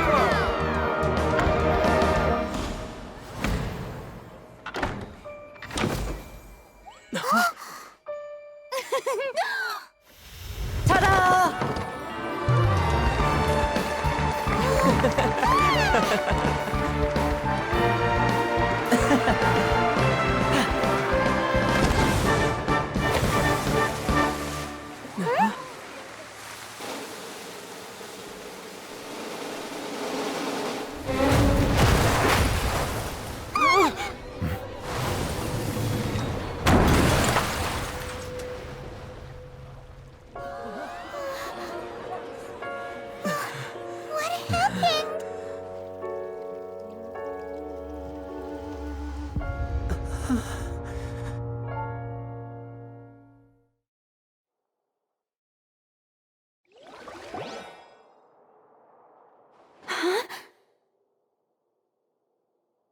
this part of the show?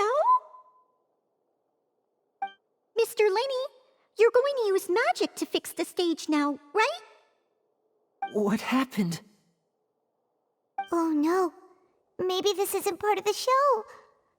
The girl was still in that box, right? This performance is over. Medical staff with me. Guards, secure the scene and detain all the performers. Seal the exits. No one is allowed in or out at this time. Yes, that's right. If this was just an accident, then we must investigate the cause. But if this was all part of some scheme, then those accountable will not escape the judgment of the God of Justice! No need to be alarmed, you two. We'll get to the bottom of this soon enough.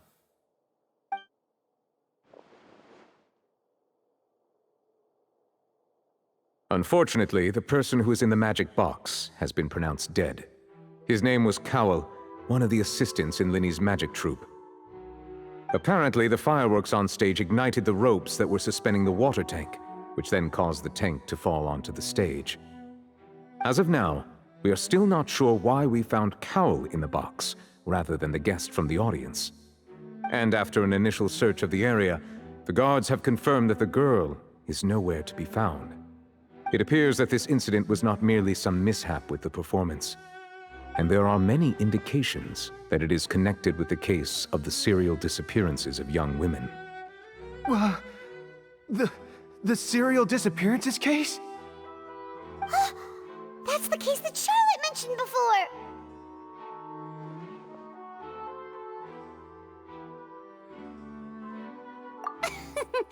I know the truth.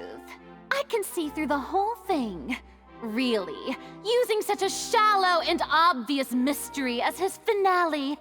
Did he really underestimate us that badly? I say that our powerful magician, Mr. Lenny, is now the prime suspect for the serial disappearances case.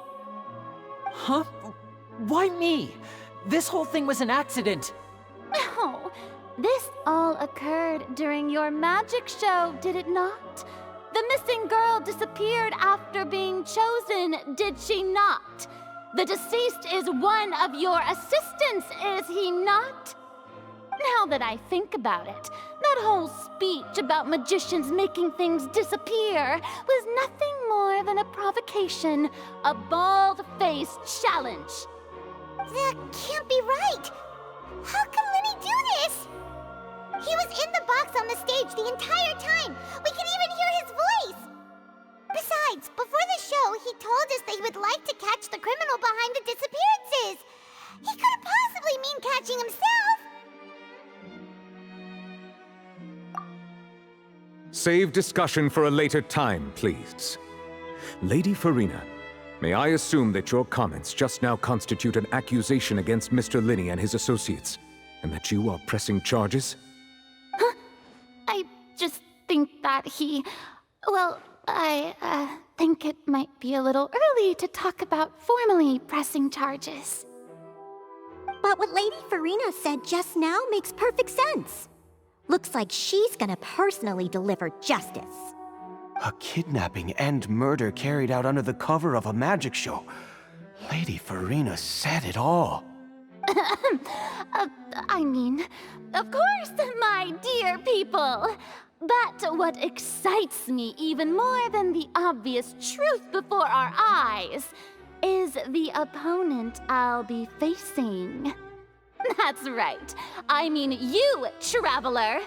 You'll support Lenny, won't you? After all, he was the one who helped you the first time we met.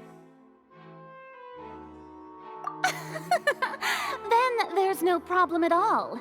You know, the Traveler and I already had a duel the first time we met. But with Lenny's help, our little duel ended in a draw. But draws really are the most boring possible outcome. So, no more draws. Between the two of us, there must be a clear winner and loser. And what better place to hold such a riveting showdown and decide the true victor than here, on the grandest of stages, the Opera Epiclese? Huh. It wasn't a draw. She obviously lost last time. I understand. Charges have now been pressed, and as such, a trial is in order. Well, Traveler, seems Lady Farina has set you in her sights. But putting her dramatic rhetoric aside for a moment, I would like to ask you, are you willing to act as Mr. Linney's attorney and defend him in this case? Very well. The trial will be held a day from now in the Opera House. Both sides may investigate the scene to build their cases and search for the truth.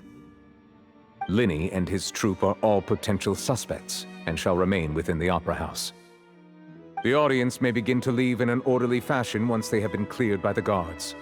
A day isn't that long. Let's see what kind of case this big-shot outlander can build in such a short amount of time. I'm really quite looking forward to hearing it.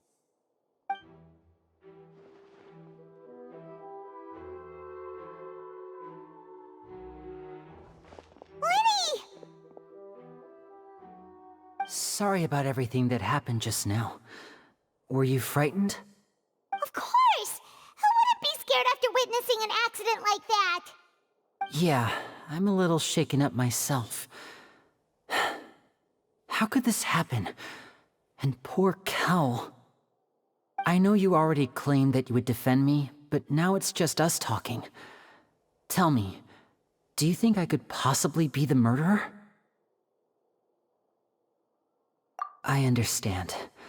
Even I'm not sure what happened, so I can only imagine how difficult it is for you to grasp the situation.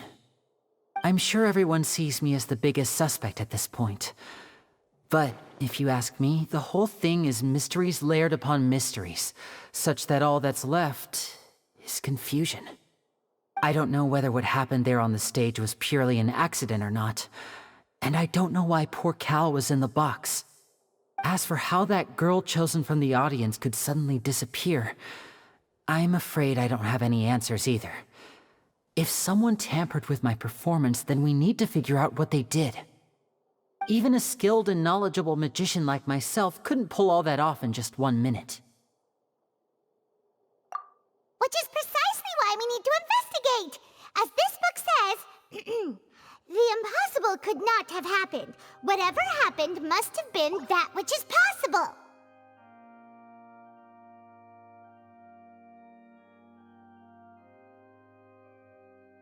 Paimon bought them when we were reading at the bookshop in the city earlier. Pretty cool, huh? Don't worry, Paimon used her own savings to buy them. It wasn't from our travel funds. I think they look cute on you, Paimon. You have good taste, Lynette! That's the right attitude. Feeling depressed isn't going to help me now. I need to get back to my normal self. But with the guards watching our every move, it's going to be especially difficult for Lynette and I to prove our own innocence. Good thing you agreed to be our attorneys. Thanks for that. We'll be counting on you. Yes, thank you so much. Yeah, just leave it to us. Oh, since we're going to start investigating, Paimon has a question first. Where did Lynette go during the performance? Ah, well, I'm afraid that would involve some of our essential trade secrets as magicians. The secrets behind our magic are past saving, Linny. I suppose you're right. The truth behind our tricks is going to be important evidence that will be weighted during the trial. 'Tis truly a pity. As a magician, our magic show is a work of art. We've poured countless hours and spared no effort in perfecting it. But if revealing our secrets will help you uncover the truth behind what happened, then it will be well worth it. We should go somewhere else if we're going to discuss our magic tricks. We'll go speak with the guards, and in the meantime, you can go investigate the stage and the seating areas. All right, let's go have a look while the investigation teams are still here. Detective Paimon is on the case!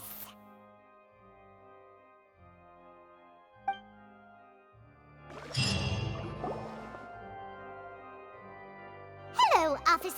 How's the investigation going? Ah, I see. You must be the traveler that Lady Farina mentioned. Listen, I'll be perfectly honest with you. I'd avoid getting mixed up in this whirlpool of a mess if I were you. Huh? What do you mean? Come with me and you'll see.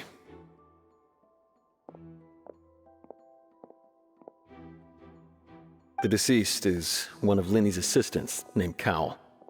Even though he hadn't joined the troupe long, he was hardworking and everyone generally liked him. The assistants are usually in charge of setting up and inspecting the props, as well as assisting with the show and keeping the crowd engaged. As you probably saw when you were in the audience, the water tank suddenly fell and smashed the box with Cowl inside it. This is the real mystery. We've already searched the scene and were unable to find any traces of the girl. However, if you look carefully, the box was positioned directly under the water tank. The ropes holding the tank were then burned by the pyrotechnics on stage, causing them to snap. All these factors lining up so perfectly makes it hard to see this as a mere accident. If anything, the more logical explanation is that the whole incident was intentionally planned, and Linny is the most likely person to have access to all these areas. But he doesn't have a motive! Are you both good friends of his? Well, you can't say we're good friends, but we've known each other for a little while. So in just a short time, he was not only able to win your trust, but even convince you to act as his attorneys. I know there's no such thing as magic. The real trick of a magician is holding the audience in the palm of their hand.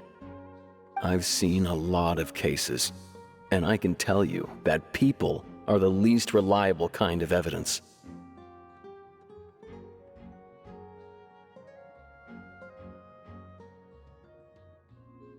Sorry, I tend to be pretty straightforward. Just know that I'm warning you for your own good. Anyway, you may investigate the scene of the crime yourselves if you're curious. Who knows, maybe you'll be able to come up with some new evidence.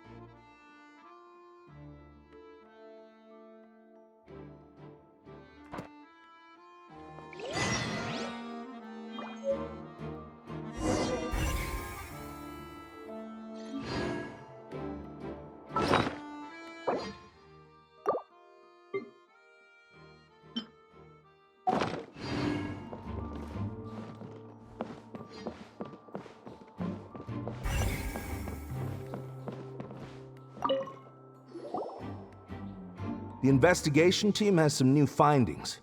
Turns out there's an issue with the random number selector after all. See, I told you. What if the machine picked some big guy's seat? You think the murderer would have still made his move then?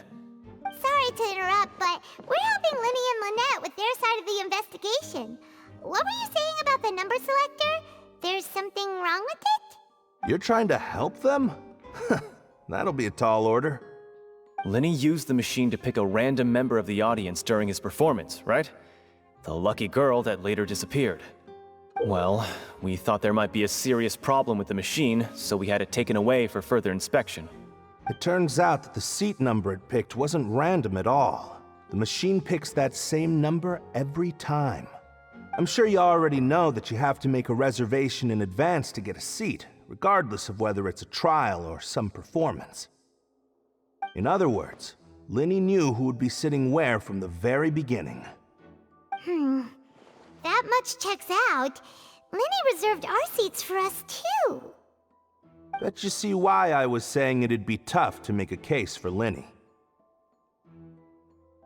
Even though it's bad for Linny's case, Paimon had better write it down.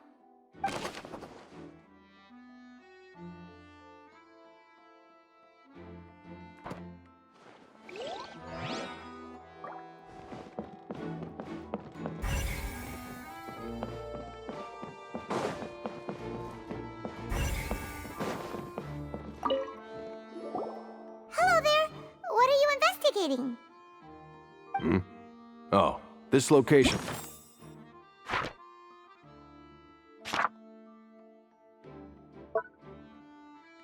Has also been cordoned off because the Magic Troop members are currently considered prime suspects. The investigation team is still collecting evidence. The seats were all booked in advance, so we were able to deduce the missing woman's identity by checking the guest list. Sure, it's not like this is confidential information. We will publish it later anyway when we petition the public to help us find the missing person. Her name is Halsey. She's a painter from Fontaine who's made a bit of a name for herself. Apparently, she wasn't a regular at the Opera House, but she'd been feeling some pressure with her work lately, which made her decide to come see the magic show. The Magic Troop members all claim not to know her, and we have looked into her social connections. It seems that she has no personal grievances or conflicts of interest with the suspects. Simply put, she wasn't related to the Magic Troop at all, which matches the features of the previous serial disappearances. Were the victims of previous cases also chosen at random? That's how it seems to us, in any case. Apart from the fact that they were all young women of around the same age range, there really weren't any other connections between them. Okay then. No need to be so formal.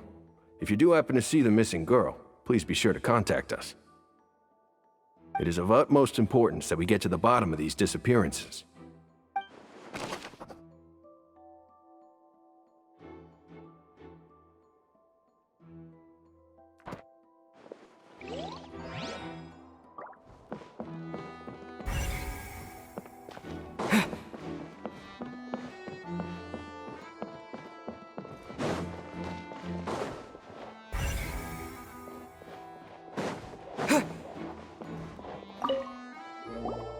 I see that you're investigating the area. Well, it just so happens that I'm interested too. If you find any new and interesting leads, be sure to share them with me, alright? We don't have too many thoughts yet. Then why don't I tell you my hypothesis first? The way I see it. And I'll start it with that loud thud. The thud? Oh, you mean the sound that happened during the countdown? Yes, exactly. It wasn't terribly loud, but I suspect that most people heard it. It's just that everyone was awaiting the results of Linny's trick with bated breath, so no one paid it much mind. But now that the incident has happened, the thud has become an important clue. That makes sense. So, what do you make of it? I'm of the opinion that it may have been the sound of Linny's accomplice. Lynette, perhaps. Jumping atop the water tank, or something like that. And when the pyrotechnics went off, she cut the rope, sending the water tank crashing down.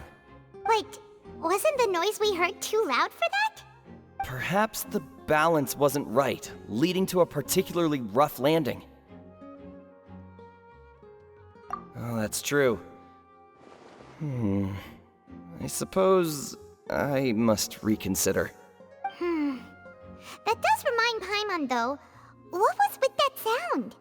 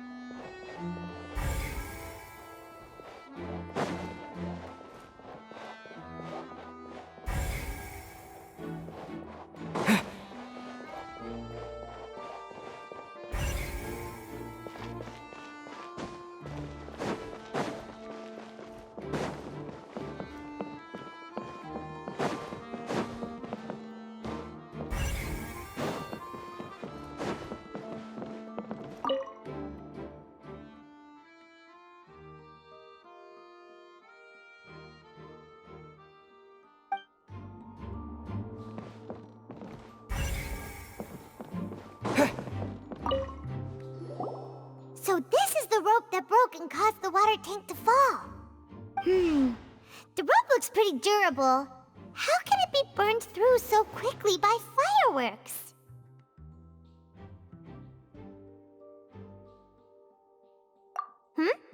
Why are you suddenly so serious, Traveler?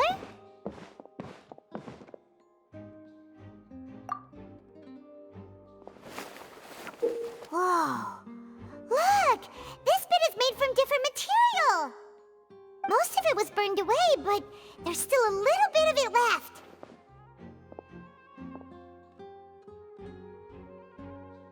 Huh. So if a rope meant to hold something was made with that kind of material in it, then that means... Wait! Why don't you write all this down? Let's take notes!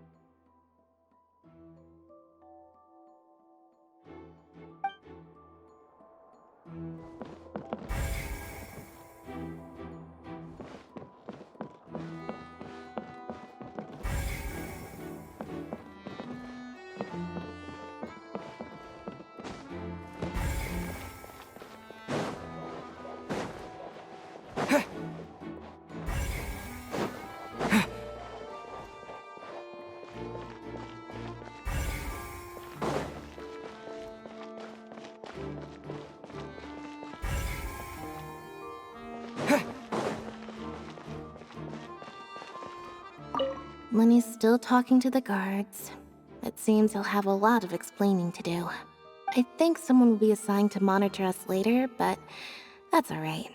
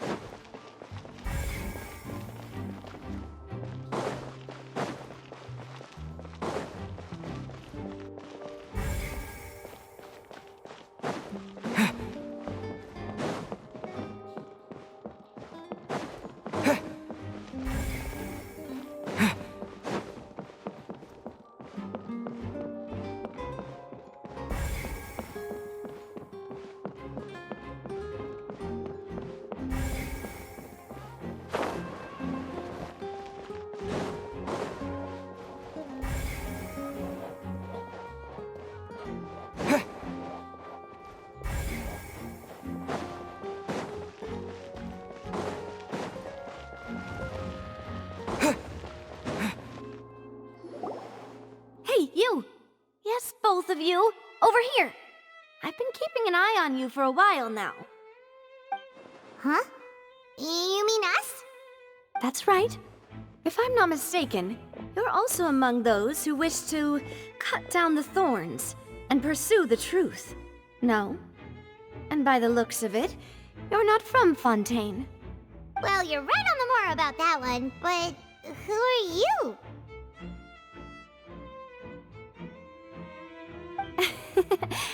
Have you never heard of the Spina di Rosula?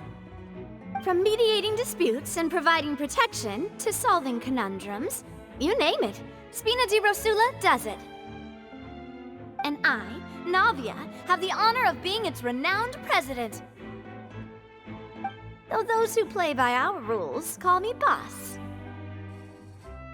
I'm Silver, her attendant. Pleased to meet you. And I'm Melus. Demoiselle's various daily needs and affairs are under my purview. Huh? Boss? Demoiselle? What gives with the names? Well, I am the second generation president. Melus and the others are still used to my previous title. My apologies, Demoiselle. Should you prefer, boss, I will endeavor to use that instead. No, no need. You don't have to call me boss. Just Navia is fine. Okay, if you say so. Not that we're members of Spina di Rosula anyway. All merely trifling details. Never mind. Now, back to the situation at hand. That's right. I've always kept an eye on the serial disappearance cases. My interest stems from a matter back from my father's time. Judging from the look of things, I find Lyney an unlikely mastermind. Really? We think so too! That's why we're looking for clues now. But how did you come to that conclusion? Intuition, naturally. My unparalleled intuition. Farina sure was quick to point the finger at Lyney without any decisive evidence whatsoever, wasn't she? But that's not uncommon for her. If you remember, the Justice had to interrupt her and ask if she was pressing charges just to keep her from getting carried away. Anyway, a trial begins the moment someone levels charges. And, of course, there was no way Farina was going to back down in that situation. Sounds more like you just don't trust the Hydro Archon. Well, what's your opinion? I must admit that she can be interesting at times, but liking her doesn't mean that I'll blindly agree with her. All right, I've answered your question. Now, it's time you answer mine. Wait a minute, did that answer count? Well, I say it does. But don't worry, you won't hear any pointless questions from me. In your opinion, do you think it's right to treat a trial like it's an opera? Well? And why would that be?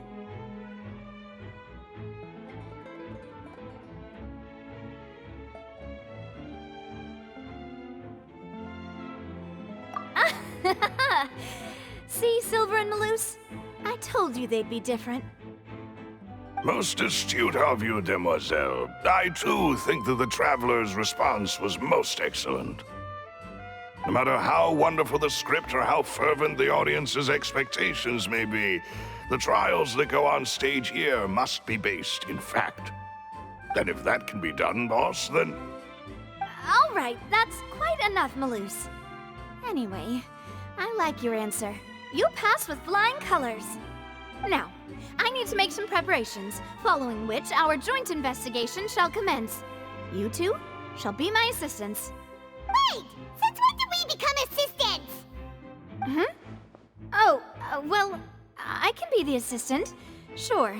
Or your companion, if you like. I'm really not that fussy. That's more like it. Far be it from me to brag, but I believe that Demoiselle's intuition will be instrumental in uncovering the truth. You wish to save a friend from false accusations, and we wish to unravel the disappearances.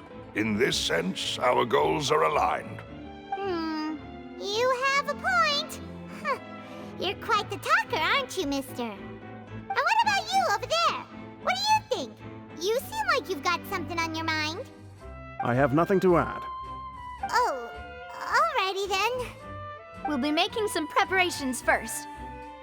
Just be sure to let us know if they start revealing Lyney's tricks. Thanks!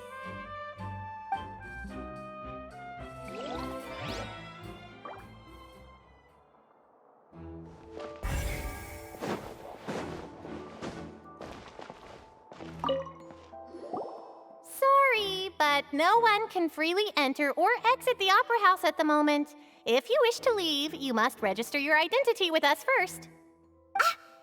No, we're not leaving. We're representing Lyney and Lynette as attorneys, so we're investigating the case. Were you always guarding this entrance? Yes. After the Chief Justice gave the order, everyone coming in or out must undergo a strict inspection. So, the missing girl couldn't have left from here. At least, not from that point on. I doubt there was much opportunity then, either. How can you be so sure, Well, because I was in charge of security near the entrance at that time. I couldn't see Lyney's performance from here, which was quite a shame. Just my luck. But still, I did not abandon my post, and I stayed put no matter how loud the applause was. If someone had so much as even approached the door, I would have noticed it, let alone if they had tried to leave. We Melazines are good at that sort of thing, you know. So, it's safe to say the girl couldn't have left through here. Alright, thank you for your help. This will be useful info.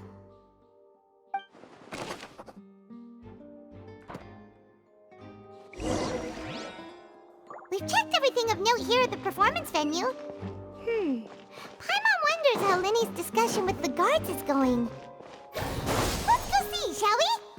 Ooh, things are getting interesting, huh? We're about to see how magic is made. Understood. Then I will be going with you. Just so you're aware, I will be monitoring your actions and making notes as necessary. Very good. Thanks for being so agreeable. I'd pull a rose out of my hat as a gift for you if I could. You may spare the pleasantries. I'm just doing my job. You've arrived. Who's this? Me? I'm Spina di Rosula's guardian angel. If you've got a problem, I've got the firepower. Sorry, I got a little carried away there. Call me Navia. I'm a partner of theirs, and will be helping investigate this whole situation. And these are my companions. Would you mind if they join as well? Fine by me. Oh, new helpers? I would be most grateful. Well, let's just say we're tagging along. It's not every day you get to see the secrets behind magic performed on such a large scale. I appreciate your kind interest. Come with me. We'll be heading below stage. Huh? Below stage? Yes, a world of secrets is hidden beneath this magic box, prepared specifically for this switcheroo trick. But before I reveal everything, you should have a look first. Notice anything strange here?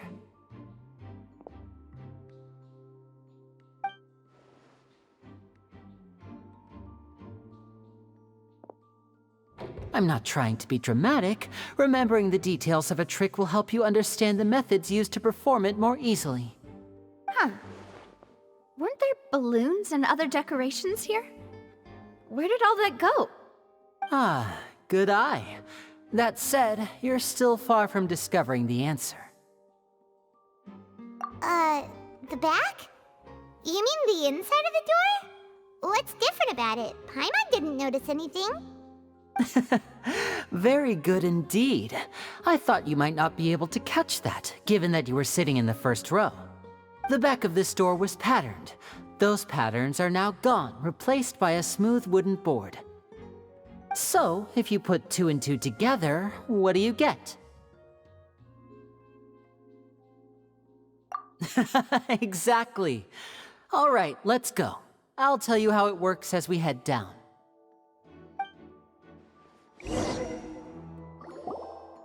Oh, so there was a passageway under the magic box! I knew you'd figure out most of it as soon as you saw this place. The 2 magic boxes are positioned right above the 2 entrances of the tunnel. See this flatbed trolley? The box with the lucky audience member in it would be shuttled over to the other side using the trolley. This trolley can raise and lower and even rotate, ensuring that the box will face in the right direction. I see. So that's the purpose of the box inside another box. Precisely. The inner box would descend after the audience member was put inside and be moved along the trolley, all while the outer box would remain on stage as if nothing had ever changed. So that's how you did it! Once the box was lowered, the trolley would store some energy through this device here, with which it would complete the rest of the steps. The audience member would only be able to feel some slight movements in the dark, and by the time she walked out, she would already be back on stage. Right! You were talking that whole time, and you even came out for a moment near the end! Ah, yes. A phonograph operated by Lynette was used to achieve that effect. My assistant and I had already scripted our conversation beforehand. When the countdown began, I had already gone to the opposite box via a tunnel using that ladder. And what about Lynette? Where was she? I was in the mezzanine space in the back of the box. Oh, interesting! That's how we were able to coordinate Linny's lines with the assistant. And, by the way, I was the one who walked out of the box at the end. I mean, we are twins. All it takes is a change of clothes and no one can tell who's who. And that's my favorite part of this trick. Only Lynette and I can perform it. So that's how it all worked! Wow, every detail you revealed was more amazing than the last! Lynette would briefly walk out of the box and then go back in, jumping into the tunnel and escaping before the box on the trolley could finish ascending. And then I walk out of the other box in the audience area, and the trick would be complete. The operative word here being would. But as you saw, Cal was in the box, not our audience member. She, on the other hand, mysteriously vanished. We really don't know how that happened. If not for that interlude, this would have been an astonishing trick. I probably never would have figured out how you pulled it off. And yet, to think that someone was able to use this magic trick to commit a crime. Could we have a look around? I think we can come up with some more leads. This is the scene of the crime, so Linny and Lynette are not permitted to stay here. I'll escort them back up.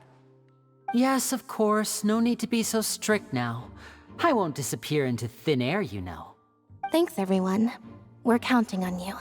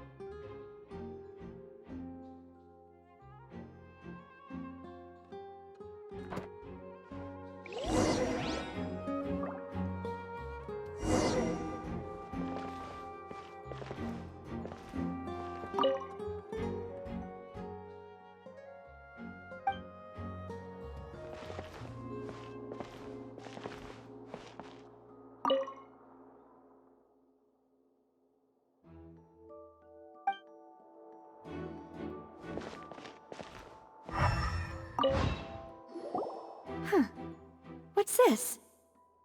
Looks like a hook tied to the end of a rope. Huh? There's all kinds of odds and ends here. Perhaps it was a prop for a different trick. But why would it have been left here? Whatever it is, let's make a note of it first.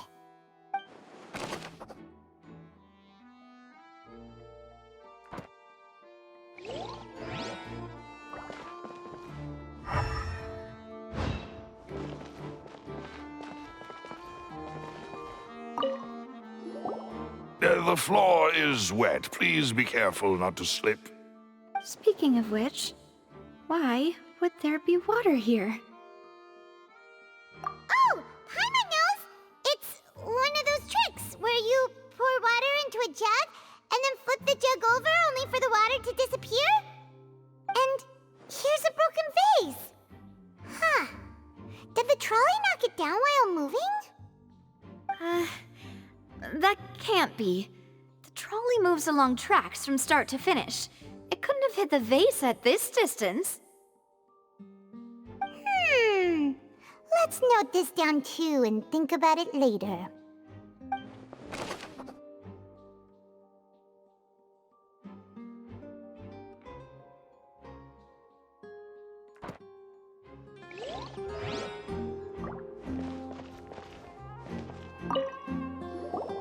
Oh, these are the clothes that the lady chosen from the audience was wearing, right?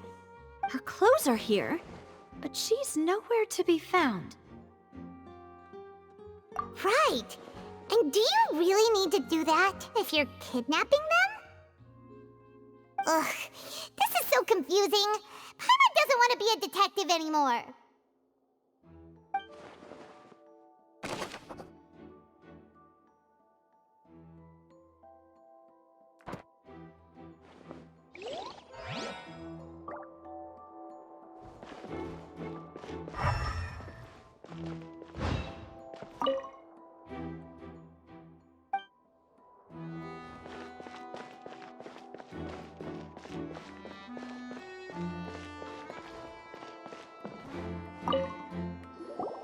What is this place?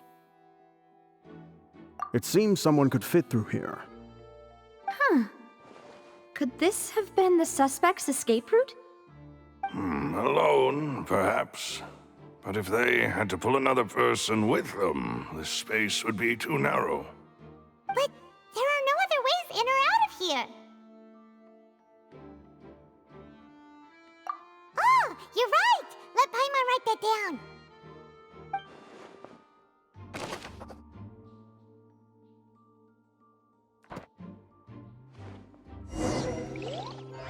Seems we're just about done investigating down here. Yes, let's head back up.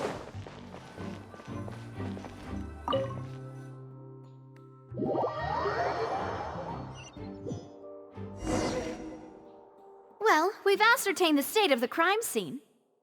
Let's find a place to sort out our findings once Malus returns. It seems to me that there are several things that don't add up here. Apologies for the wait, demoiselle. So, what did the guards say? Did the criminal escape through the vent? They believe the odds of that are very low, since the vent leads to the Opera House's basement. The guards have checked the area carefully. No one left through the basement during the performance or after the incident, and no one was found hiding there. So the tunnels become like a secret chamber then! You know, like the kind you usually see in novels! The plot thickens. Halsey's disappearance and Cowell's death are both quite inexplicable. No wonder Farina was so confident in her accusation. All the current evidence points toward Linny and Lynette. In other words, the charges are very likely to be upheld unless we make some considerable progress. Charges and then trial. So if the charges are upheld, they'll announce a sentence? That's right. This is how a trial goes in the Opera House. During the proceedings, the Chief Justice and the Oratrice will hear statements from both sides. That's right. This is how indemnitium is produced. The statements from both sides, the defenses from attorneys, witness testimonies, and even the audience's emotions will all be projected on the Oratrice. To put it simply, it's as if the Oratrice has its own will, and is a judge in its own right. This also precludes any kind of favoritism on the part of the Chief Justice. Not that this has ever happened anyway. Once both sides have finished speaking, the Chief Justice will make his final decision. This, too, will be used by the Oratrice as a reference. Then, finally, the Oratrice will be consulted by officials. The result it returns is the will of justice itself. Huh? So that machine is the one that actually decides? Paimon thought Neuvillette called the shots. In practice, there is very little difference. Both have always come to the same judgment, which is why people have great faith in the Chief Justice. Ah, yes, the guards also asked me to convey that none of us will be allowed to leave this place before the trial. Huh? Why? Because we've chosen to act as the twins' proxies.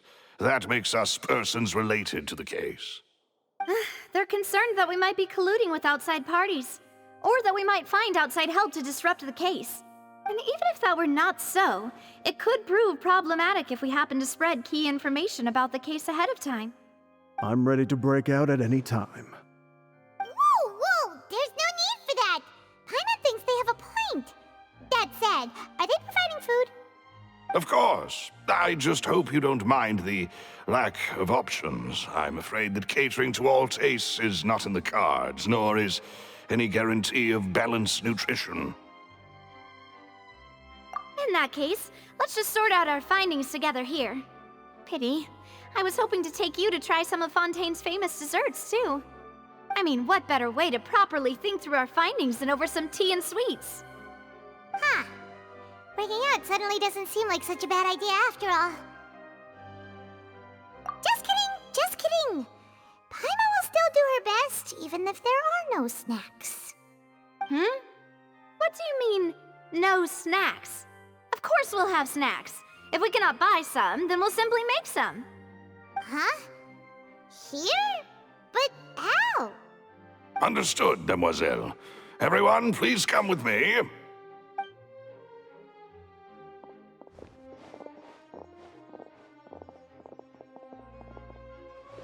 Wait, you're carrying a portable stove with you? Yes, I must be prepared to meet the demoiselle's baking needs whenever the fancy strikes her. I have eggs, sugar, and almonds at the ready. Good work, you two. Then I'll get to it. Please sit tight for a moment. You'll get to taste my awesome snacks soon enough. These three are quite the interesting group.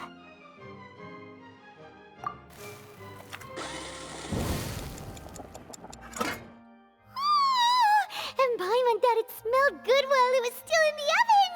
Oh, it's even better now. Paimon can't stop drooling.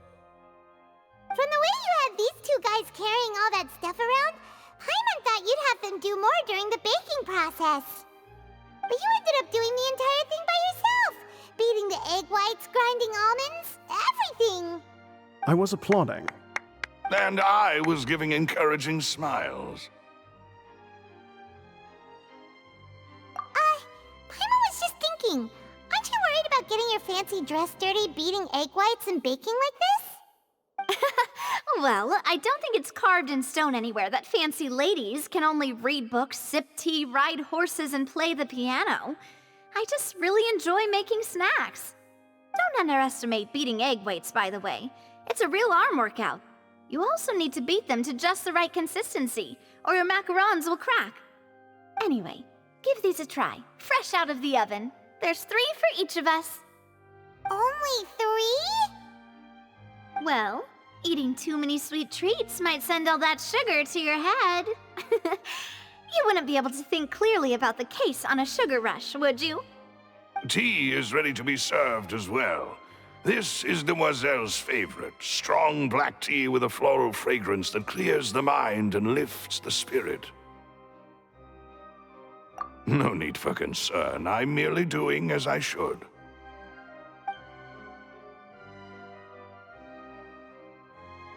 All right then. Down to business. As Paimon mentioned previously, the tunnel seems to be something of a secret chamber. However, we can assume that Lyney and Lynette were not alone within it. Some criminal also occupied its sealed confines. The magician twins could have committed the crimes, of course, but they lack any logical motive. Exactly! Why would they do such a thing right when everyone was watching? The flower vase and the thud we heard during the performance could indicate some altercation between Halsey and the criminal in the tunnel, resulting in the shattering of the vase, the discarding of her clothes, and her abduction. Perhaps the criminal thought that since she was chosen from the crowd, she would be too easy to identify if she was still wearing the same clothes. Paimon thinks that makes sense, but the real trouble is... True. None of the clues we found thus far support the existence of this third person. But the only people left to consider are both technically victims, whether it's the missing girl, Halsey, or poor Cowell. Huh. Could Halsey have secretly made modifications to the magic props in order to murder Cowell before making her escape? That's right. And even if she had tampered with the setup, she would need to understand the entire trick to pull it off. Nor does she have any motive. The guard said that she has never had any dealings with the Magic Troop's members. Were we not thorough enough in our search? From the sound of things, this is turning into an impossible case. Your macarons are amazing though, Navia. They smell great! They're nice and crisp and super sweet! They are my specialty after all. And I see you've already had 5 of them. What? 5? Oh, that can't be right. Paimon only counted 3, honest! Please don't worry about it. At my age, a few less sweets might actually be a good thing. No. Being greedy is one thing, but Paimon knows how to count. Besides, Paimon knows that if she ate too many, then others wouldn't have enough.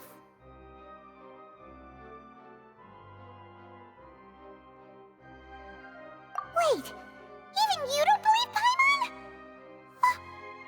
How could you? If Paimon ate those 2 extra macarons, then may they turn into stone in her stomach! All right, we get it. Well, I suppose one of us might have gotten too engrossed in our chat and eaten them by mistake. No big deal. Malus, set up the stove again if you would. Huh? What are you doing? Making sure everyone gets 3 macarons, of course. Exactly. We don't want to trouble you. As you wish, demoiselle. And I have the egg, sugar, and almonds. Well, this really is your hobby, huh?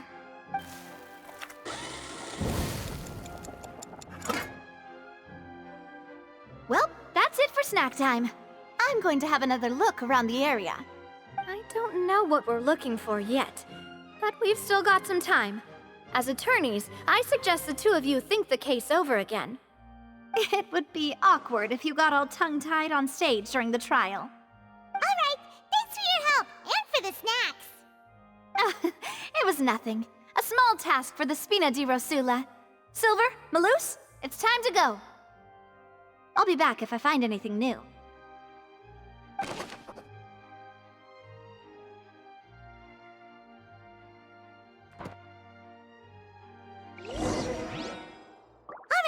It's time to put our heads together. We've got to get our defense ready for the trial. Oh, it's probably gonna be a long and difficult case. There's no point in worrying about that now. We just need to prepare. Here, take Paimon's notes. They should help you review the situation.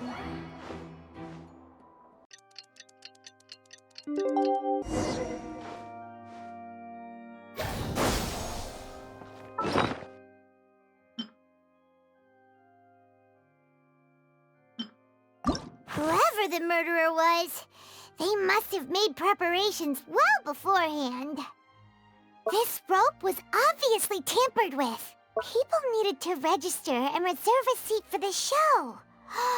That, combined with this number selector, could allow you to pick a young lady instead of some old fogey. This is probably a prop, too. Oh, looks like it could hook onto a lot of things. Like the Traveler's fishing rod! This flower vase is probably a prop for the show. But it also could have been used in the crime. Paimon doesn't get this at all. You think about it for a bit, Traveler. Why would it be him? That size wouldn't have been a problem for Paimon. There was no third person. And gosh, no wonder the serial we all heard that noise. The performance would not have been visible from where the doors were guarded. If Paimon were on duty, she would have snuck back into the audience seating. Well, there was no chance Paimon could have seen that the box had 2 layers. And that's why only the 2 of them can perform this trick. Digging a tunnel just for a magic trick? Whew, that must have been a lot of work.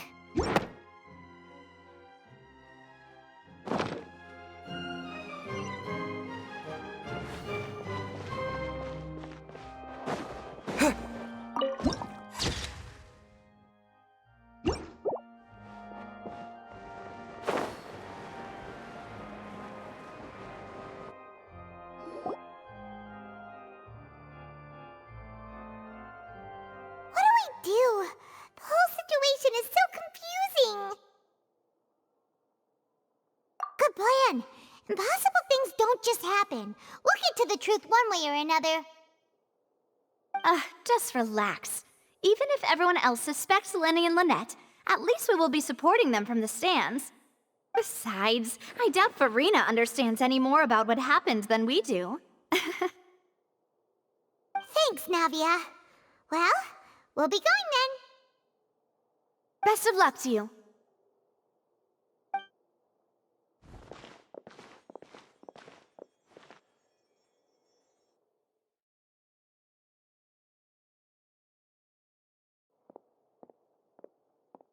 Ah, finally, you're back.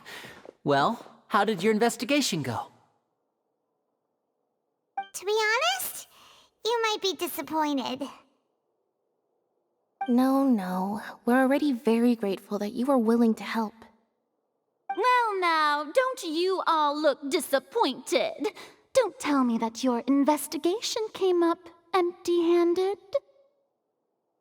That was to be expected, of course. The guilty can never produce proof of their innocence. But don't let that stop you. I shall be terribly disappointed should you, my most anticipated foe, concede so easily. Since both parties are present, I declare that the trial regarding the magic show incident is now in session. Firstly, in order for the audience to understand the causes and results of the incident, could we please have Mr. Linney explain the trick? Yes, of course. I will explain while Lynette demonstrates on stage. All the necessary items have been prepared.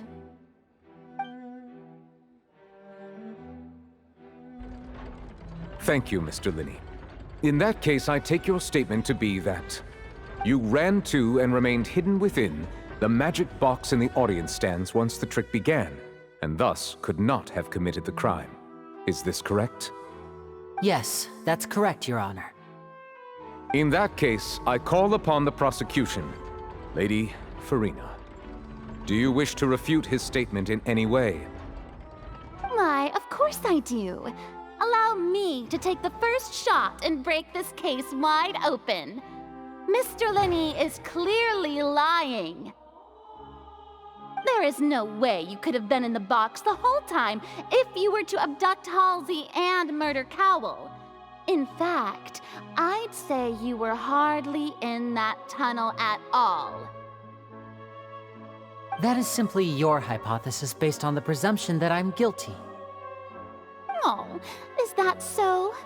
And if I may ask, what did you hear while you were inside your box?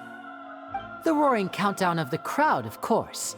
That's how I kept track of the time and built anticipation for the finale. And you didn't hear anything else at all? Nothing that might leave an impression of any kind? No, nothing. I see. But when the count reached 30 seconds or so, there was a thud. One so loud that I believe practically everyone heard it. Huh? Hey, hang on. Something's not right here. Yeah, I'm sure he could have heard a noise that loud from inside the box. I was right by the box, and I definitely heard the thud. Look at those scales. Could those mean...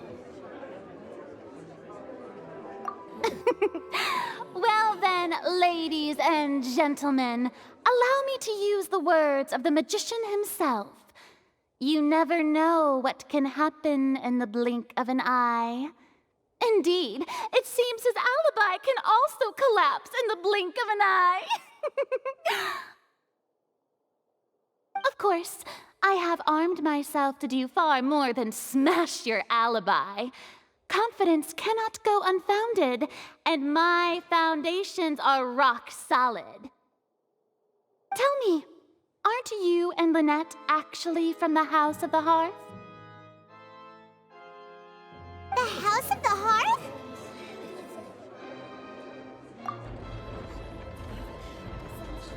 No wonder they did something like this. So the serial disappearances were the Fatsui's doing. Now it all makes sense. I've got a feeling that what happened on stage probably wasn't just an accident.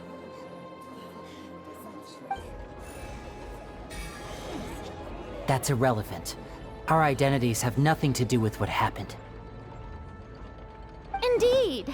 Then perhaps you could tell us everything that happened during that 1 minute. Your first priority is to prove yourself innocent, after all. I'm sure there is little that needs to be kept secret now. Unless your script already has holes in it. The Outlander is speechless. My, oh my, don't they look flabbergasted? Now comes the infighting and discord, I suppose. This was almost too easy. Oh, good thing I made all those preparations. Seems the all-nighter I pulled last night is really paying off. Hey, Linny! Why didn't you tell us this before? Order! Order! Mr. Linney, allow me to re-establish the facts. Lady Farina has raised 2 points. First, when the thud was heard in the Opera House, you were neither in the box nor the tunnel. Second, you and Ms. Lynette are both members of the House of the Hearth. Are these claims true?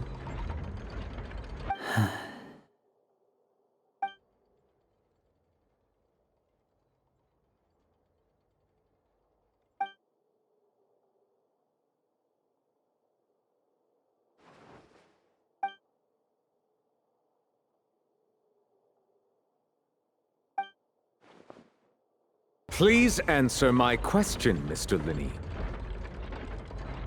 I'm sorry. Yes, they're true, Your Honor.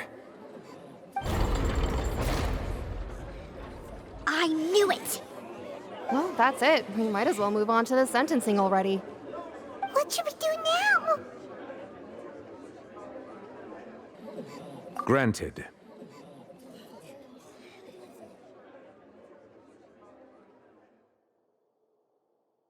In that case, what is your request?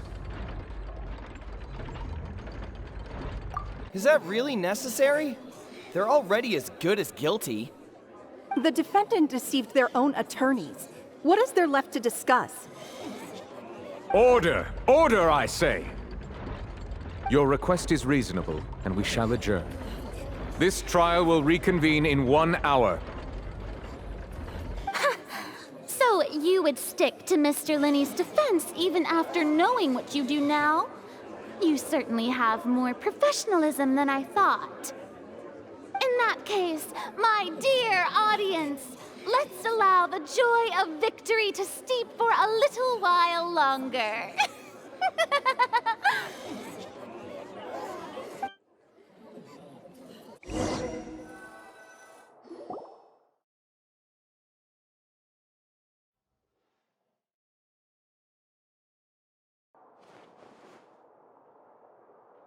Well, this is awkward. I didn't think the Hydro Archon would dig all that up. I'm sorry, Traveler and Paimon. Yeah, sorry. Paimon doesn't know where to start. We trusted you two. We based our entire reasoning on the assumption that you weren't bad guys. Not to set the wrong tone or anything, but Paimon's really mad! I'm very sorry. I know you're angry, and reasonably so, but please, let me explain. I know you've clashed with the Fatui several times before. I wouldn't be surprised if just hearing the word is enough to make you upset. But our organization is very, very large, and the Harbingers have very different personalities and goals. Right now, we want to save people. As many as we can. That's right. I'm sure we're on the same page when it comes to this nation and the disaster that its people might face. I knew if it weren't for our respective identities, we could become good friends. That's why I didn't wish to flat out lie to you, but chose to hide some details instead. The truth is very important, but being completely transparent about everything would see us spending more effort than we need to. Right. So, you be the judge. Heck, if I were you, I fear that I'd even struggle to trust me at this point. You met a Fatus who works as a magician, a trickster by trade. All by coincidence, too. But still, I'm asking you to trust me. I am no criminal. At least, not in this case. Sorry. Please forgive us. Well, you both say that, but...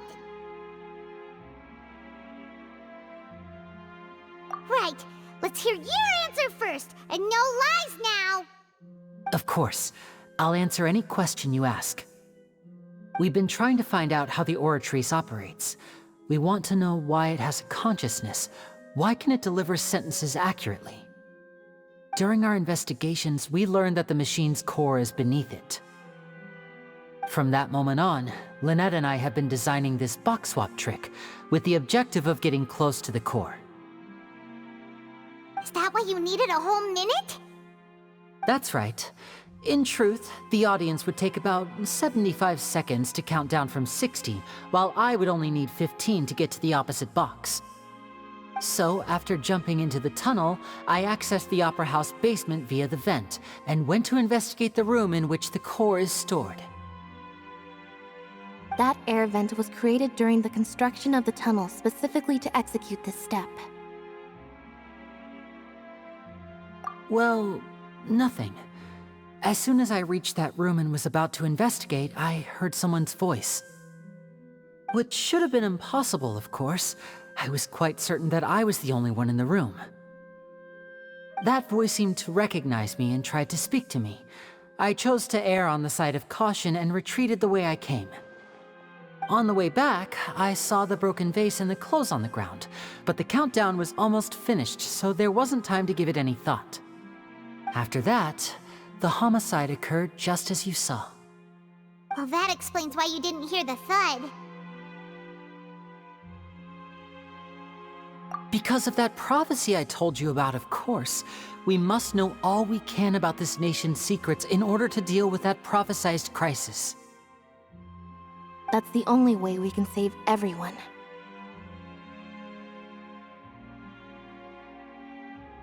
So, there you have it. The whole truth. I swear, I didn't hide anything from you this time. It was never my wish to proceed under this cloud of mistrust either. But like I said earlier, you can be the judge.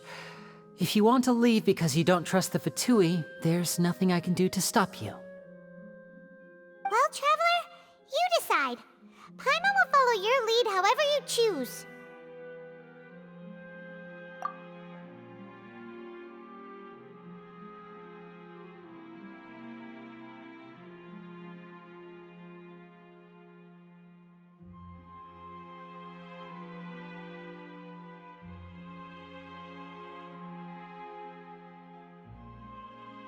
Okay, thank you. Thanks for giving us a chance. The current problem is that the scales are tipped pretty badly against you two. If we want to refute the Hydro Archon's accusations, we're gonna need a seriously watertight defense. Huh?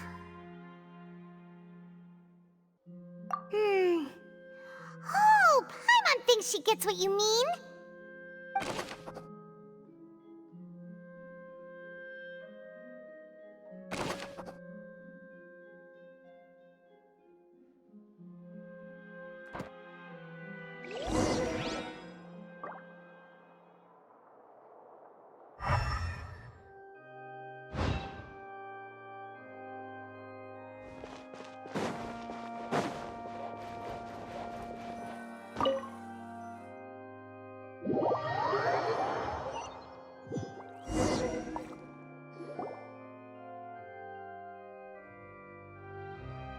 Both parties have returned to their positions. Let us continue the trial. When last we left off, Mr. Linney acknowledged the new evidence presented by Lady Farina as fact. Therefore, Lady Farina may continue stating her reconstruction of the events. Ugh, that took long enough. Now then, if everyone would lend me their attention. At this stage, let's revisit that scene from Linney's perspective.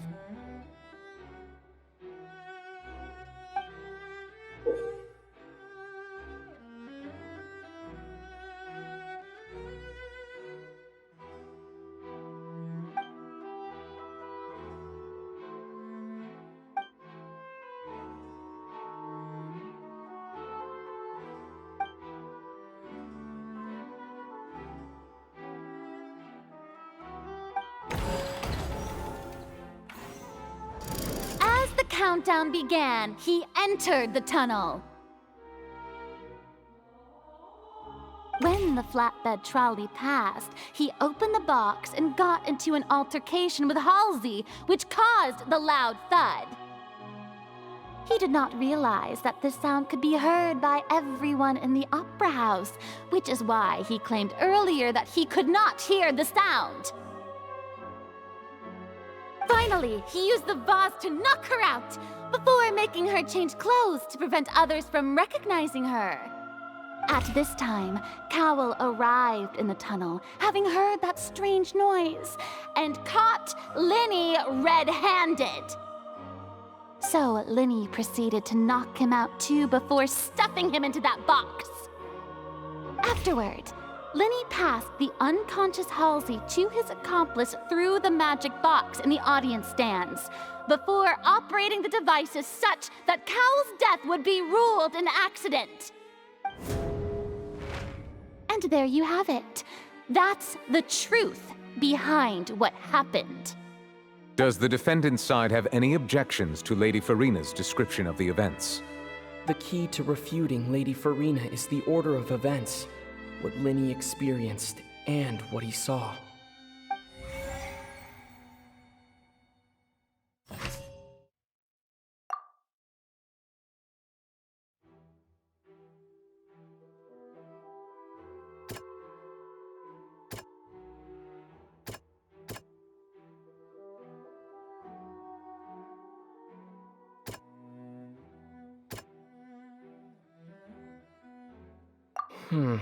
Seem...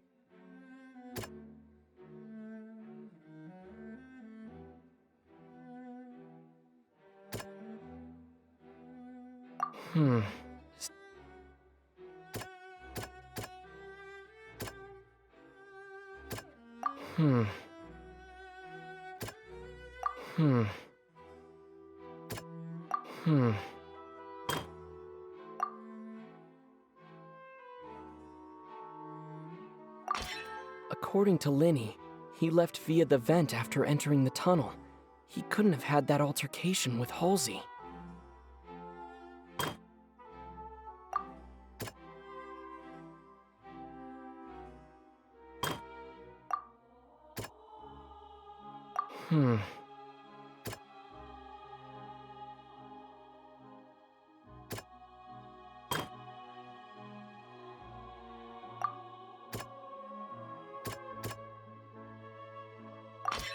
Linny went to the room that contains the Oratrice's core.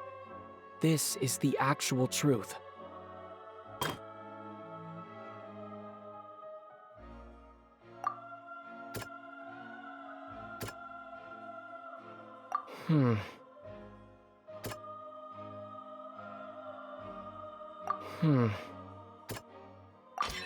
Linny did not take part in the underground altercation. He only witnessed traces of the aftermath. Attention! Ace Detective Paimon has something to say! When the countdown started, Linny did indeed go into the tunnel. But he immediately used a vent to access the Opera House basement, which is where the underground core of the Oratrice is stored. Once he reached that area, he heard a voice in what should have been an empty room. Since he felt something was amiss, he returned immediately. The crime scene had already developed by the time he reached the tunnel again, and in order to complete the magic trick, he did not remain there for any length of time. Finally, he reached the surface, and that was when the accident happened from his point of view. Therefore, he's innocent!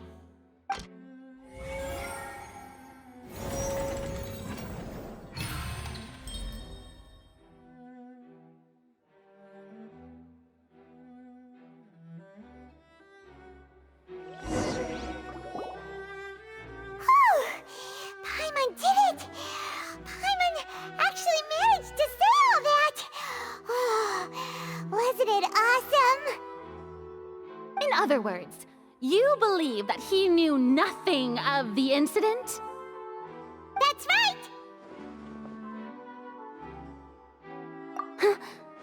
My reasoning?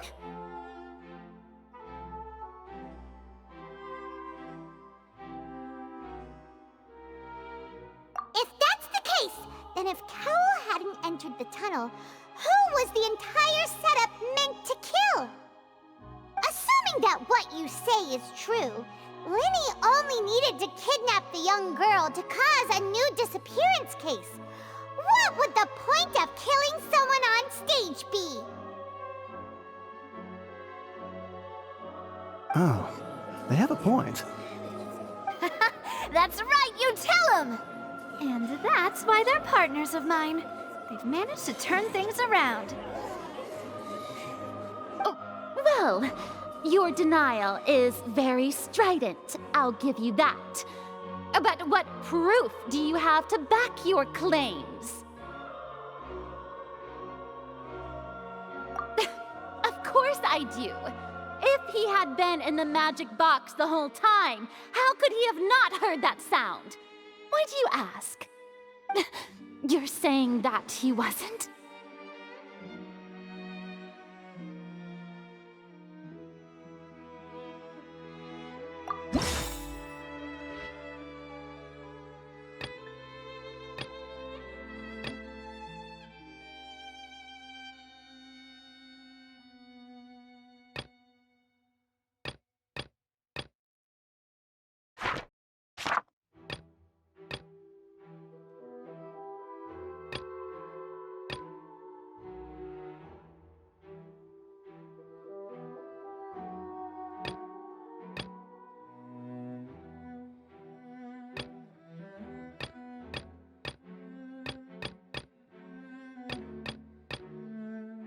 Are you sure we don't need to give this more thought?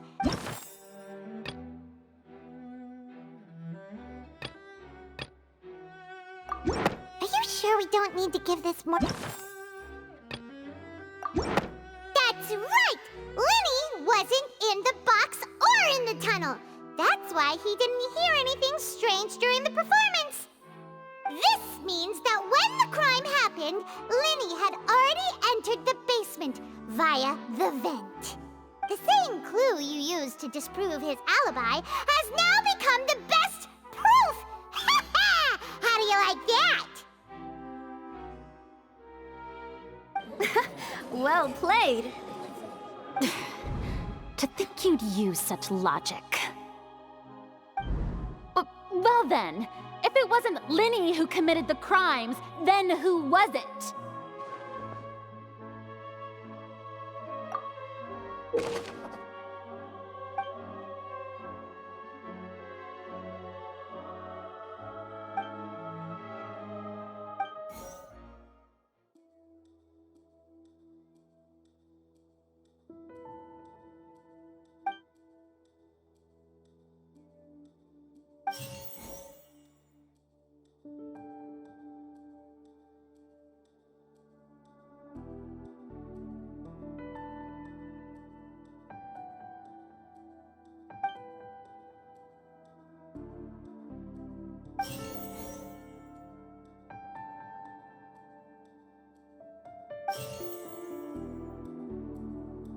The deceased's name is Cowell, Linny's assistant. He would have... Could there have been a third person involved? Is that really a possibility? Halsey is the missing person and an ordinary audience member.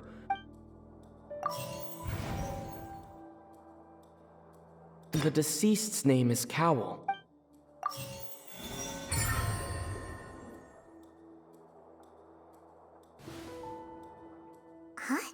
Huh? That can't be right. Are you serious? The killer was, in fact, Cowell, the deceased! Oh, is that so? How interesting! Let's hear your reasoning then. What I must do next is recreate the truth. What Cowell did, and how he went from would-be perpetrator to victim. Linny was not in the tunnel at that moment, which gave our criminal... The sound we heard may have come from a clash between the missing Halsey and the criminal. No one entered or left the Opera House through its entrances. It would have been tough for both people to fit into that vent. They would likely have bumped into Linny as well. The deceased's name is Cowell, Linny's assistant. No one entered or left the Opera House through its entrances. The deceased's name is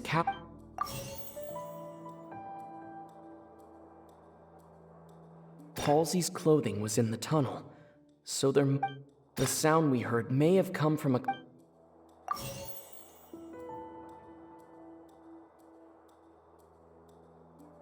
Halsey's clothing was in the tunnel, so there must have been some fear that she would have... It would have been tough for both people to... No one entered or left the Opera House.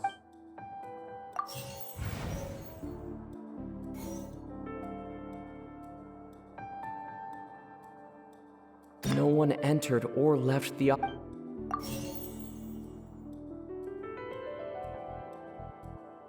The deceased's name is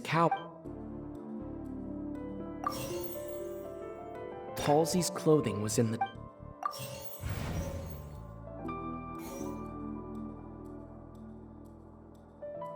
Halsey's clothing was in the tunnel. The sound we heard may have come from... The sound we heard may have come... It would have been tough for both people to...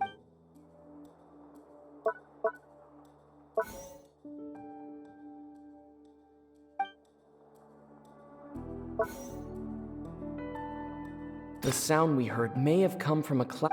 It would have been tough for both...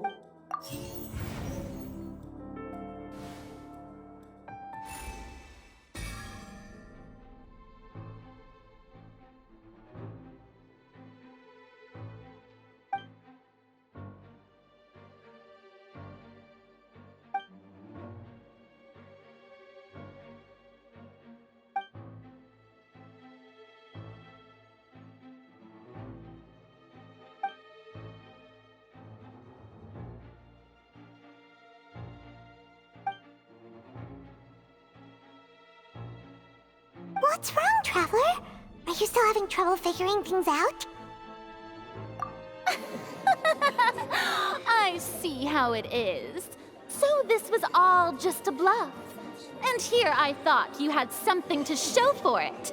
But it seems you're still far from the truth. Look, since we're at a dead end, why not consider a different track? Just like the trick as it transpired, the end result must have been utterly different from the magician's initial design. If only we knew how Halsey disappeared. Well, that would be nice, but the tunnel only has 3 exits, and none of them seem very likely. And it's not like this is a magic trick where you can just make a real live person disappear. You know, like you did from that water tank, Lynette.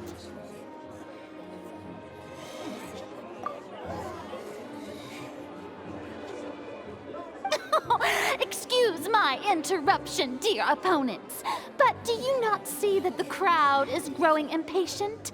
There is no greater sin in this opera house than an awkward delay in the performance.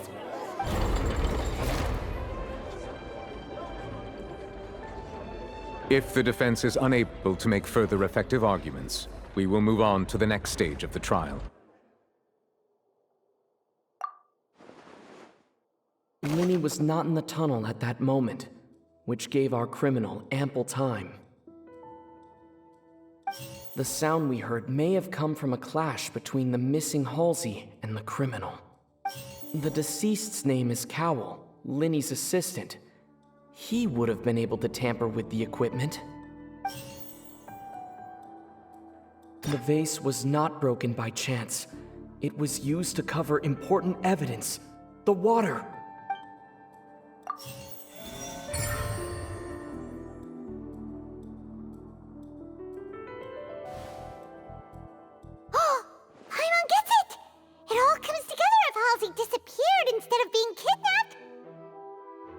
Lynette escaped from the water tank, vanishing gradually and leaving only clothes behind. If there's a similar method where a person could be transformed into water... Oh, just a moment, please. I do hope you know how preposterous you sound at the moment. How could a person ever be transformed into water? This is reality we're talking about here, not some magic trick.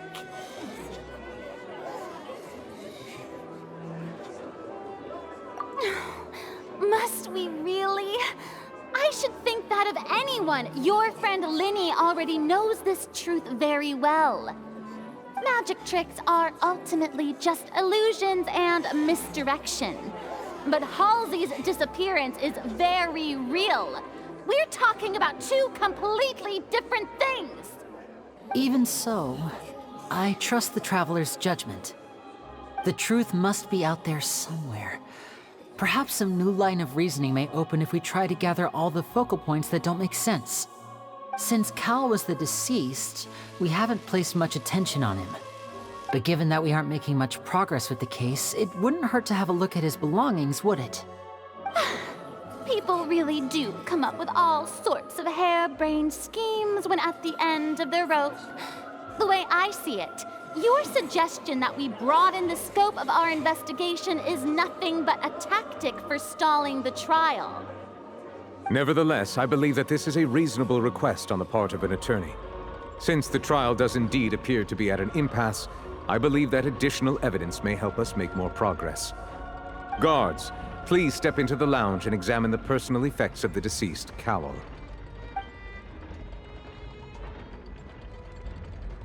We are still examining the items, but we have already made critical progress that we feel must be shared with everyone post-haste. We discovered several test tubes of fluid within Cowell's baggage, each labeled separately. The notebook in his backpack claims that these fluids are... water from the Primordial Sea. The Primordial Sea? The note's contents also indicate that Cowell belonged to an organization that sells illegal drugs and that he had an accomplice. The notebook has many entries concerning safe usage of these fluids, in which the keyword dissolve appears many times. One of these tubes was labeled Opera Epiclese, along with yesterday's date. It is empty. The notes also state that these dissolution properties work exclusively on people from Fontaine. It's likely that Halsey was chosen as some sort of test subject. As such, we believe that the defense's hypothesis is, in fact, supported by sufficient evidence. You gotta be kidding! People dissolving into water? Could something so ridiculous actually be true? Wait a moment. This reminds me of a certain prophecy, but it's just a coincidence, isn't it? Huh. If people can become water, does that mean that the water tank's real use was as a means to hide water stains? And if Cowell was targeting that girl... Wait just a minute. Could that mean... You two, with me, quick! Demoiselle, wait! What about your partners? Let's go. Just trust me. Order! Order! It is undeniable that further examination of the deceased's personal effects has yielded some surprising results, but we cannot yet verify the veracity of these clues. Still, let us assume that these clues are indeed authentic, albeit with the understanding that Ms. Halsey has yet to be found. Guards, please continue examining the items along these lines. Mr. Linney, it appears your hypothesis is supported by the evidence, so please continue speaking. Of course. Thank you, Your Honor. If we uphold this hypothesis, I believe that many of this case's seemingly unrelated clues can be connected together. Right! Like the metal hook! That one didn't make sense at all. Let's think about this. Cowell's methods must have something to do with that water from the Primordial Sea.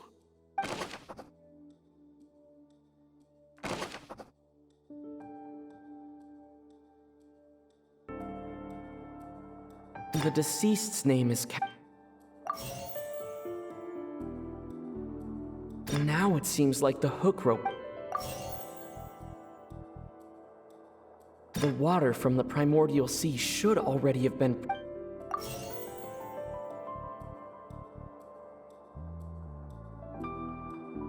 The rope that held the water tank up...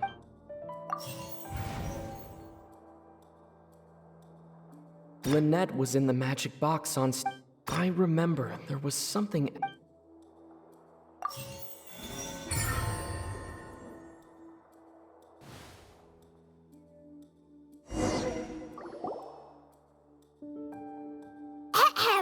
It's Ace Detective Paimon's time to shine again! In the original plan, Cowl would tamper with the water tank rope and the number selector securing his target. When the magic box containing Halsey was lowered, the metal hook would retract gradually and pierce the balloon at the top of the box. When the balloon attached to the box popped, the water from the primordial seed inside it would pour down and dissolve Halsey. Afterward, Cowl would enter the tunnel and break the flower vase to conceal the water inside the tunnel, with the remaining evidence being covered up by the water tank on stage. But he encountered something unexpected in the tunnel, and wound up being fatally hit by the same water tank he meant to use to cover his tracks. Huh. That does make sense. That actually links together a lot of the more confusing pieces of evidence.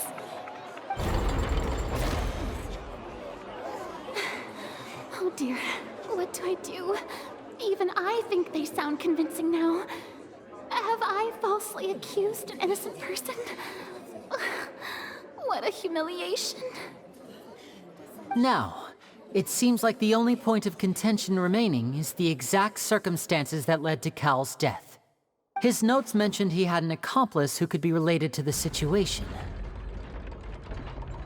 On that note, the guards have just contacted me indicating that they uncovered new evidence. I shall now invite him on stage to share it with us. Thank you, Your Honor. We were just inspecting the luggage of the other people involved in this case. And we found an identical sample of the water from the primordial sea among Linny's personal effects. What? That can't be. Oh, I see. Well, how wonderfully comedic to have your own counterattack only to come back and wound you. Does this not clear all doubt? My dear citizens, my loyal audience, allow me to present my reasoning and bring this performance to a swift close.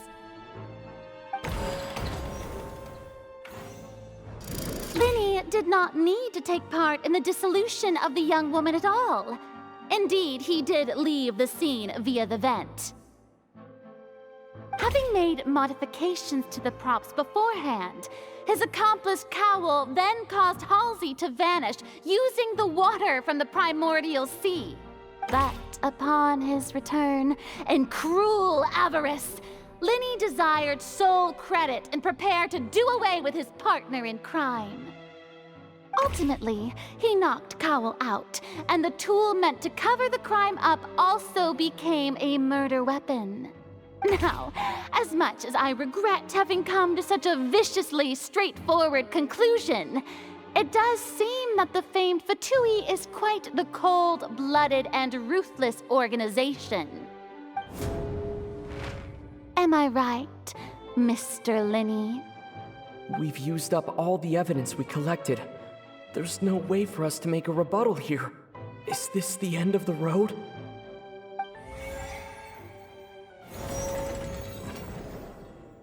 Oh no! Paimon can't think of anything either. It doesn't look like there's any way around this. Seems using the water as new evidence was too good a move. Why did this have to happen now? I think we've all seen enough now, and we have ample witnesses to my flawless reasoning. I believe this is indeed the finale. Now Now then, my good, noble Chief Justice, should we not, in your view, move... Excuse me, everyone, but I must interject. Miss, I must ask you not to shout, and to respect the ongoing legal proceedings. Oh, come on. Don't be hasty. I have a good reason for interrupting, you know. Now, would anyone here like to take a little break from all this debate and see a little magic? I'll show you an amazing trick. One that can bring a young woman who has disappeared back in the flesh, right before your very eyes. Please, do the honors, Mr. Linny, if you would be so kind. What in the world is she saying? No offense, miss, but miracles like that are beyond my scope as a magician. Come on now, don't be silly. Magic is all about misdirection, isn't it? It often conceals the truth while presenting a fascinating illusion. But once everyone believes the illusion, can't magic reveal the truth to them once again? And wouldn't such a trick be the most marvelous finale to today's performance? Come on, Linny and Lynette, give it another go. Don't worry, Spina di Rosula has made the necessary arrangements on your behalf. But as the magic makers and stars of the show, I think I should leave the final performance to you. I understand.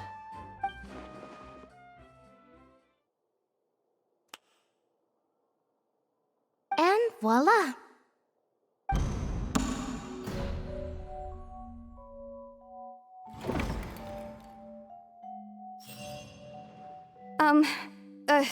Sorry for the interruption. Wait, isn't that Halsey? So the whole thing about people dissolving wasn't true after all?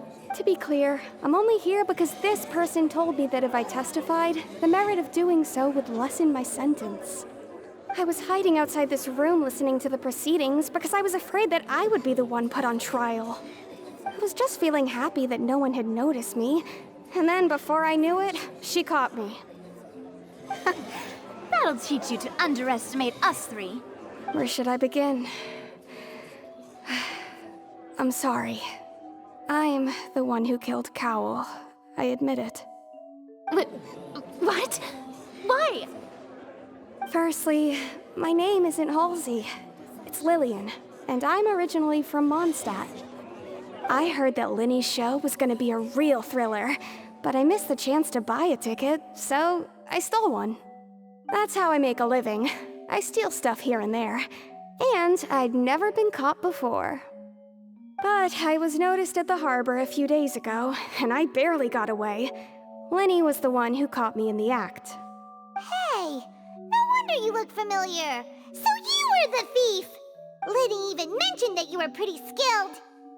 Well, and I thought that would have been the end of it, but then the number selector chose me.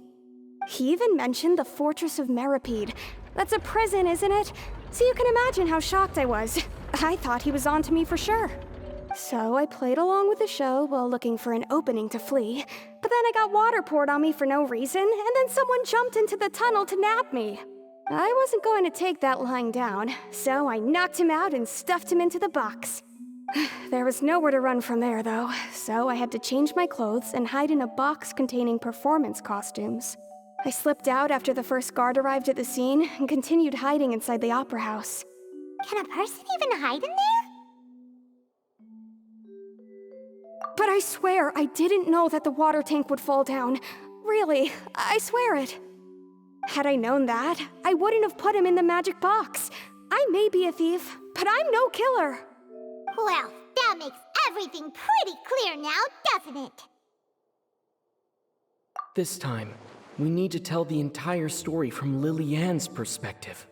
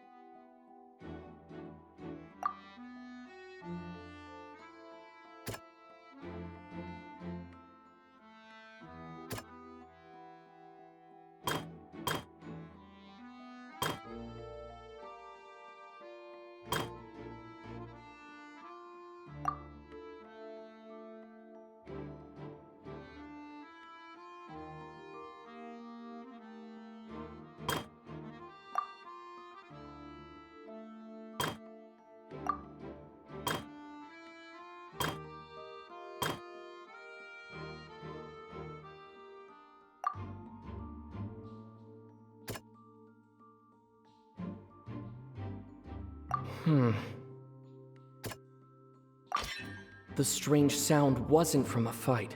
It was Lilianne's attempt to break out when she was frightened.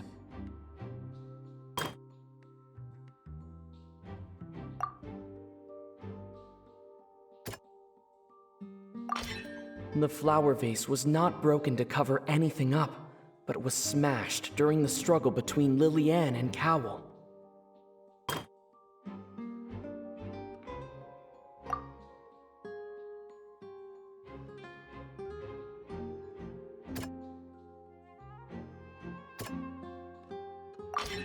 Lilianne was afraid that she would be recognized if she left, so she changed clothes and hid, biding her time.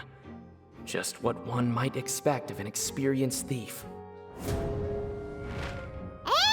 it's Ace Detective Paimon time!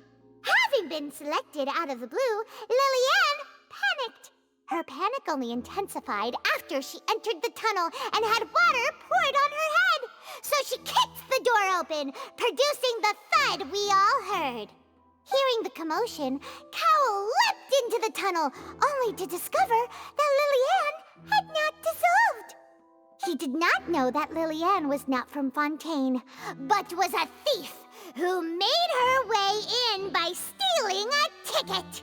Mistakenly believing that the water from the primordial sea needed time to take effect, he tried to force Lilianne back into the box. The two broke the flower vase during the struggle, but Lilianne came out on top, knocking Cowl out and putting him in the box. With no way of escaping, she changed her clothes and hid in the costume trunk until the performance ended.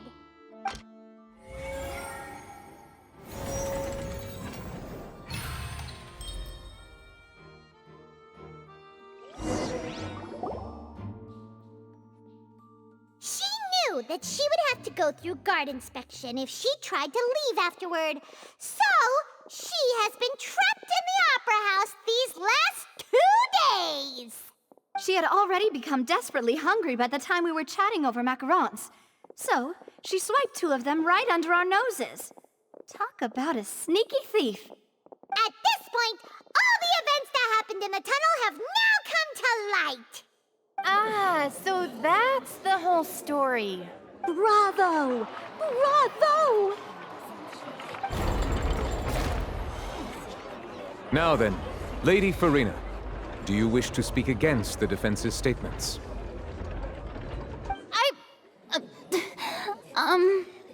Please answer the question, Lady Farina. Also, if I may add, the trial has not yet ended. As such, I request that the prosecution not leave the room before the proceedings have concluded. What, are you reading my mind now? No, I have no further arguments. I admit defeat. But really, could you at least have left me with some dignity? Wow, look at that! She's like a deflated balloon now. If there are no objections, then as the Chief Justice of Fontaine, I shall once again repeat the full sequence of events. The actual perpetrator of the serial disappearances, Cowl, selected his next victim from the audience reservation list. With some modifications to the selector, he could ensure that the pre-selected young woman would be chosen. To cover up any evidence while committing the deed, Cowl thought of allowing the water tank to fall, which would conceal the water left behind after the young woman was dissolved. He also tampered with the rope suspending the water tank, using the fireworks at the end of the performance to cause the tank to drop and hide the watermarks. He poured the water from the primordial sea into a balloon during the preparation of the magic box and stuck it to the box's lid. Finally, he passed the prepared hook on a rope through the gap in the magic box's door when bringing the young woman to said box. When the magic trick officially began, the box containing the woman was lowered into the tunnel, tightening the hook rope and bursting the balloon containing the water. If all had gone to plan, the young woman would be dissolved at this time. However, Lilianne was not from Fontaine and thus fled the box with a loud noise.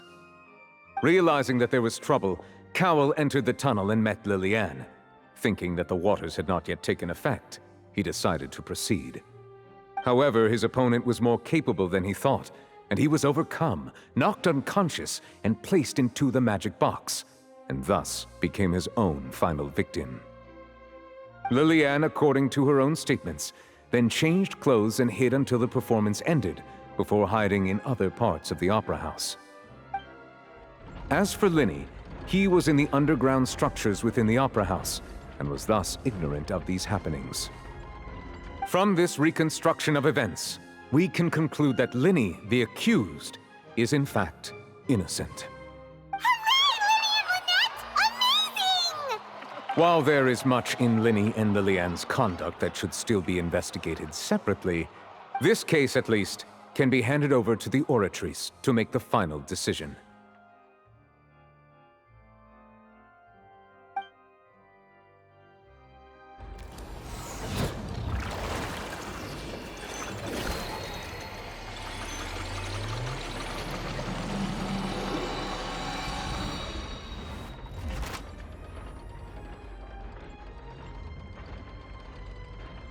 As such, Linny and Lynette are officially declared not guilty.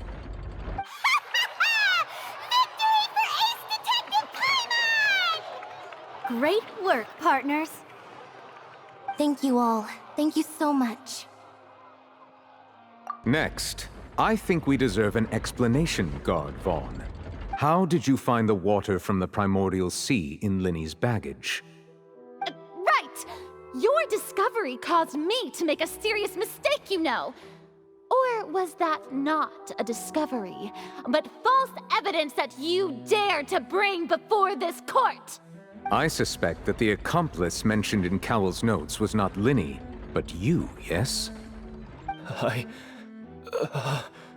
I'm sure you know what you must do to lessen your sentence. Speak quickly! Unless you want to earn yourself a one-way ticket to Coupon Town. I was just following orders. We were supposed to place blame for the serial disappearances onto Linny, and thus cause suspicion to fall on the Fatui. The higher-ups said this was the best opportunity to do so. And now that your plan has fallen through, and the secrets of the water have been revealed, you have become a liability to said higher-ups, yes? Therefore, you would be wise to tell everything you know, and seek the protection of the guards. Yes, I'll tell you everything I know. Our boss discovered that the water can cause people to dissolve. It can also be made into a potion, which when extremely diluted, can cause people to experience unforgettable exhilaration. We've been in this business for a while now, and have made decent more off it. The disappearances were also the boss's idea. I mean, this is the boss we're talking about.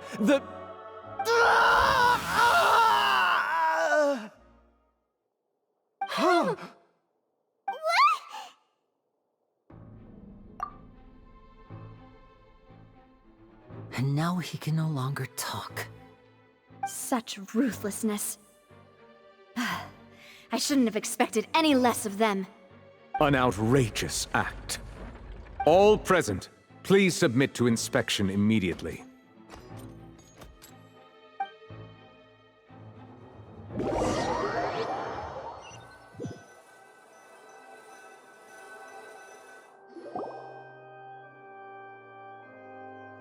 So, we're just going back now? That's true, but... Traveler, Paimon, please wait. Linny... I know you may not want to speak to me right now. Maybe you don't even want to look at me. But still, let me thank you again for defending me to the end, even after you learned that I'm a member of the Fatui.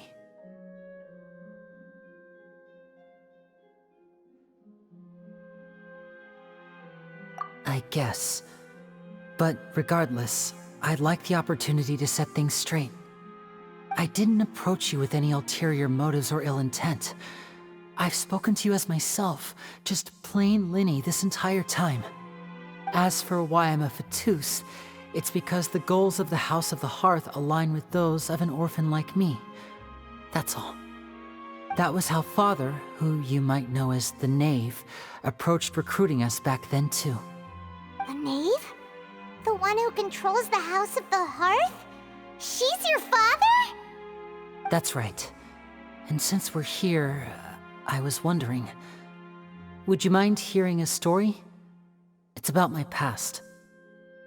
Back when our parents first died, Lynette and I were left wandering the streets. To survive, I took to surreptitiously observing an older street performer who did magic. It took me several days to figure out how he pulled off his amazing tricks. I took my sister through several streets until we found a crowded corner, and we began to perform magic tricks there. To my surprise, we proved to be pretty popular, and we could at least stop worrying about where our next meal would come from for a time. But I didn't want my sister to remain a street rat together with me forever. Before long, an aristocrat came to me and claimed that he wished to take us in after watching my performances. So you went from orphans to nobility just like that? That was how we felt at first too. As if fate was on our side and we could say goodbye to those painful days. But I gradually discovered that while we were called foster children, he was really after my talent for magic tricks. He would constantly take me to all sorts of banquets to garner attention, which he would then use to expand his social circles. That doesn't seem too bad either. Better than roaming the streets at any rate. It took a while for me to realize just how dark his heart really was. After one particular performance at a banquet, I discovered that Lynette was not on the same return vehicle as me. I waited a long time after we returned home, but she did not come back. I went to that noble's bedroom and asked him about her whereabouts. The answer he gave me was, she caught the eye of the most eminent person at the banquet, so I sent her over as a gift. I mean, you'll be able to perform your magic regardless of who your assistant is, yes? Oh no. So he was gonna... But wouldn't Fontaine's laws deal with such people? As far as outsiders are concerned, this is a relationship akin to adoption or foster care, and they have their ways of escaping the eye of the law. I managed to ferret out the location of the mansion of that so-called eminent person, and hurried through the night. But by the time I leaped over the walls, avoided the guards, and made my way in, all I saw was the moonlit ground covered in blood, and the knave standing there in the darkness. So, she'd already taken care of that guy. That's right. She had rescued my sister before she could come to any harm, and had even discovered several girls hidden in a basement, all of them orphans. Father, the knave, might have seen something in me, and so she made me an offer. The House of the Hearth welcomes you, for your interests align with ours. Here, none will ever betray you. Indeed, betrayal shall never be permitted here. I was hesitant to trust her. I had just been betrayed by nobles. But she was also quick to destroy the noble who had taken us in at first, giving us back our freedom. Oh, so that's how the two of you joined the House of the Hearth. She has her own plans. She has gained permission from the Tsaritsa to first use the Gnosis's power once she obtains it. She plans to use it to find a way to break the prophecy and save Fontaine. So, she believes in that prophecy too? That's right. The whole House of the Hearth is currently working to combat that crisis. Today's case has also proven that people from Fontaine can indeed dissolve into some sort of water, thus further supporting the prophecy. All of us house members here, Lady Arlecchino herself included, are from Fontaine. We won't give up on defending our homeland. To us orphans, the only connection we have left to this world, apart from our family, is our homeland. So, from small deeds like distributing magic pockets to huge schemes like stealing a Gnosis, everything is aimed at dealing with that prophecy. It's all right. I understand. The only thing I can do is relate all this to you. I just hope you can understand that even as a member of the House, I have never stopped making my own decisions, and that I believe what I'm doing is right. If you should need anything at all in the future, feel free to find me. I will do my best to help you, as plain Linny.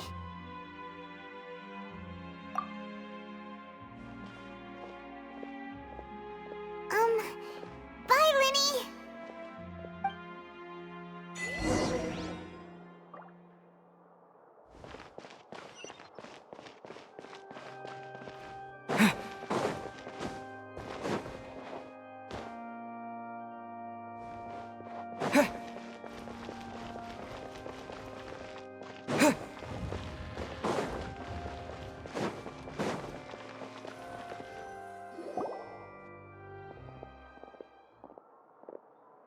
Hey there. What was with the disappearing act you pulled right as the trial ended? Were you looking for us, Navia? Well, this whole thing isn't exactly over, is it? I do feel that we're getting closer to solving the serial disappearances case, though. Don't you think so, too? Huh? What's wrong, my dear partner?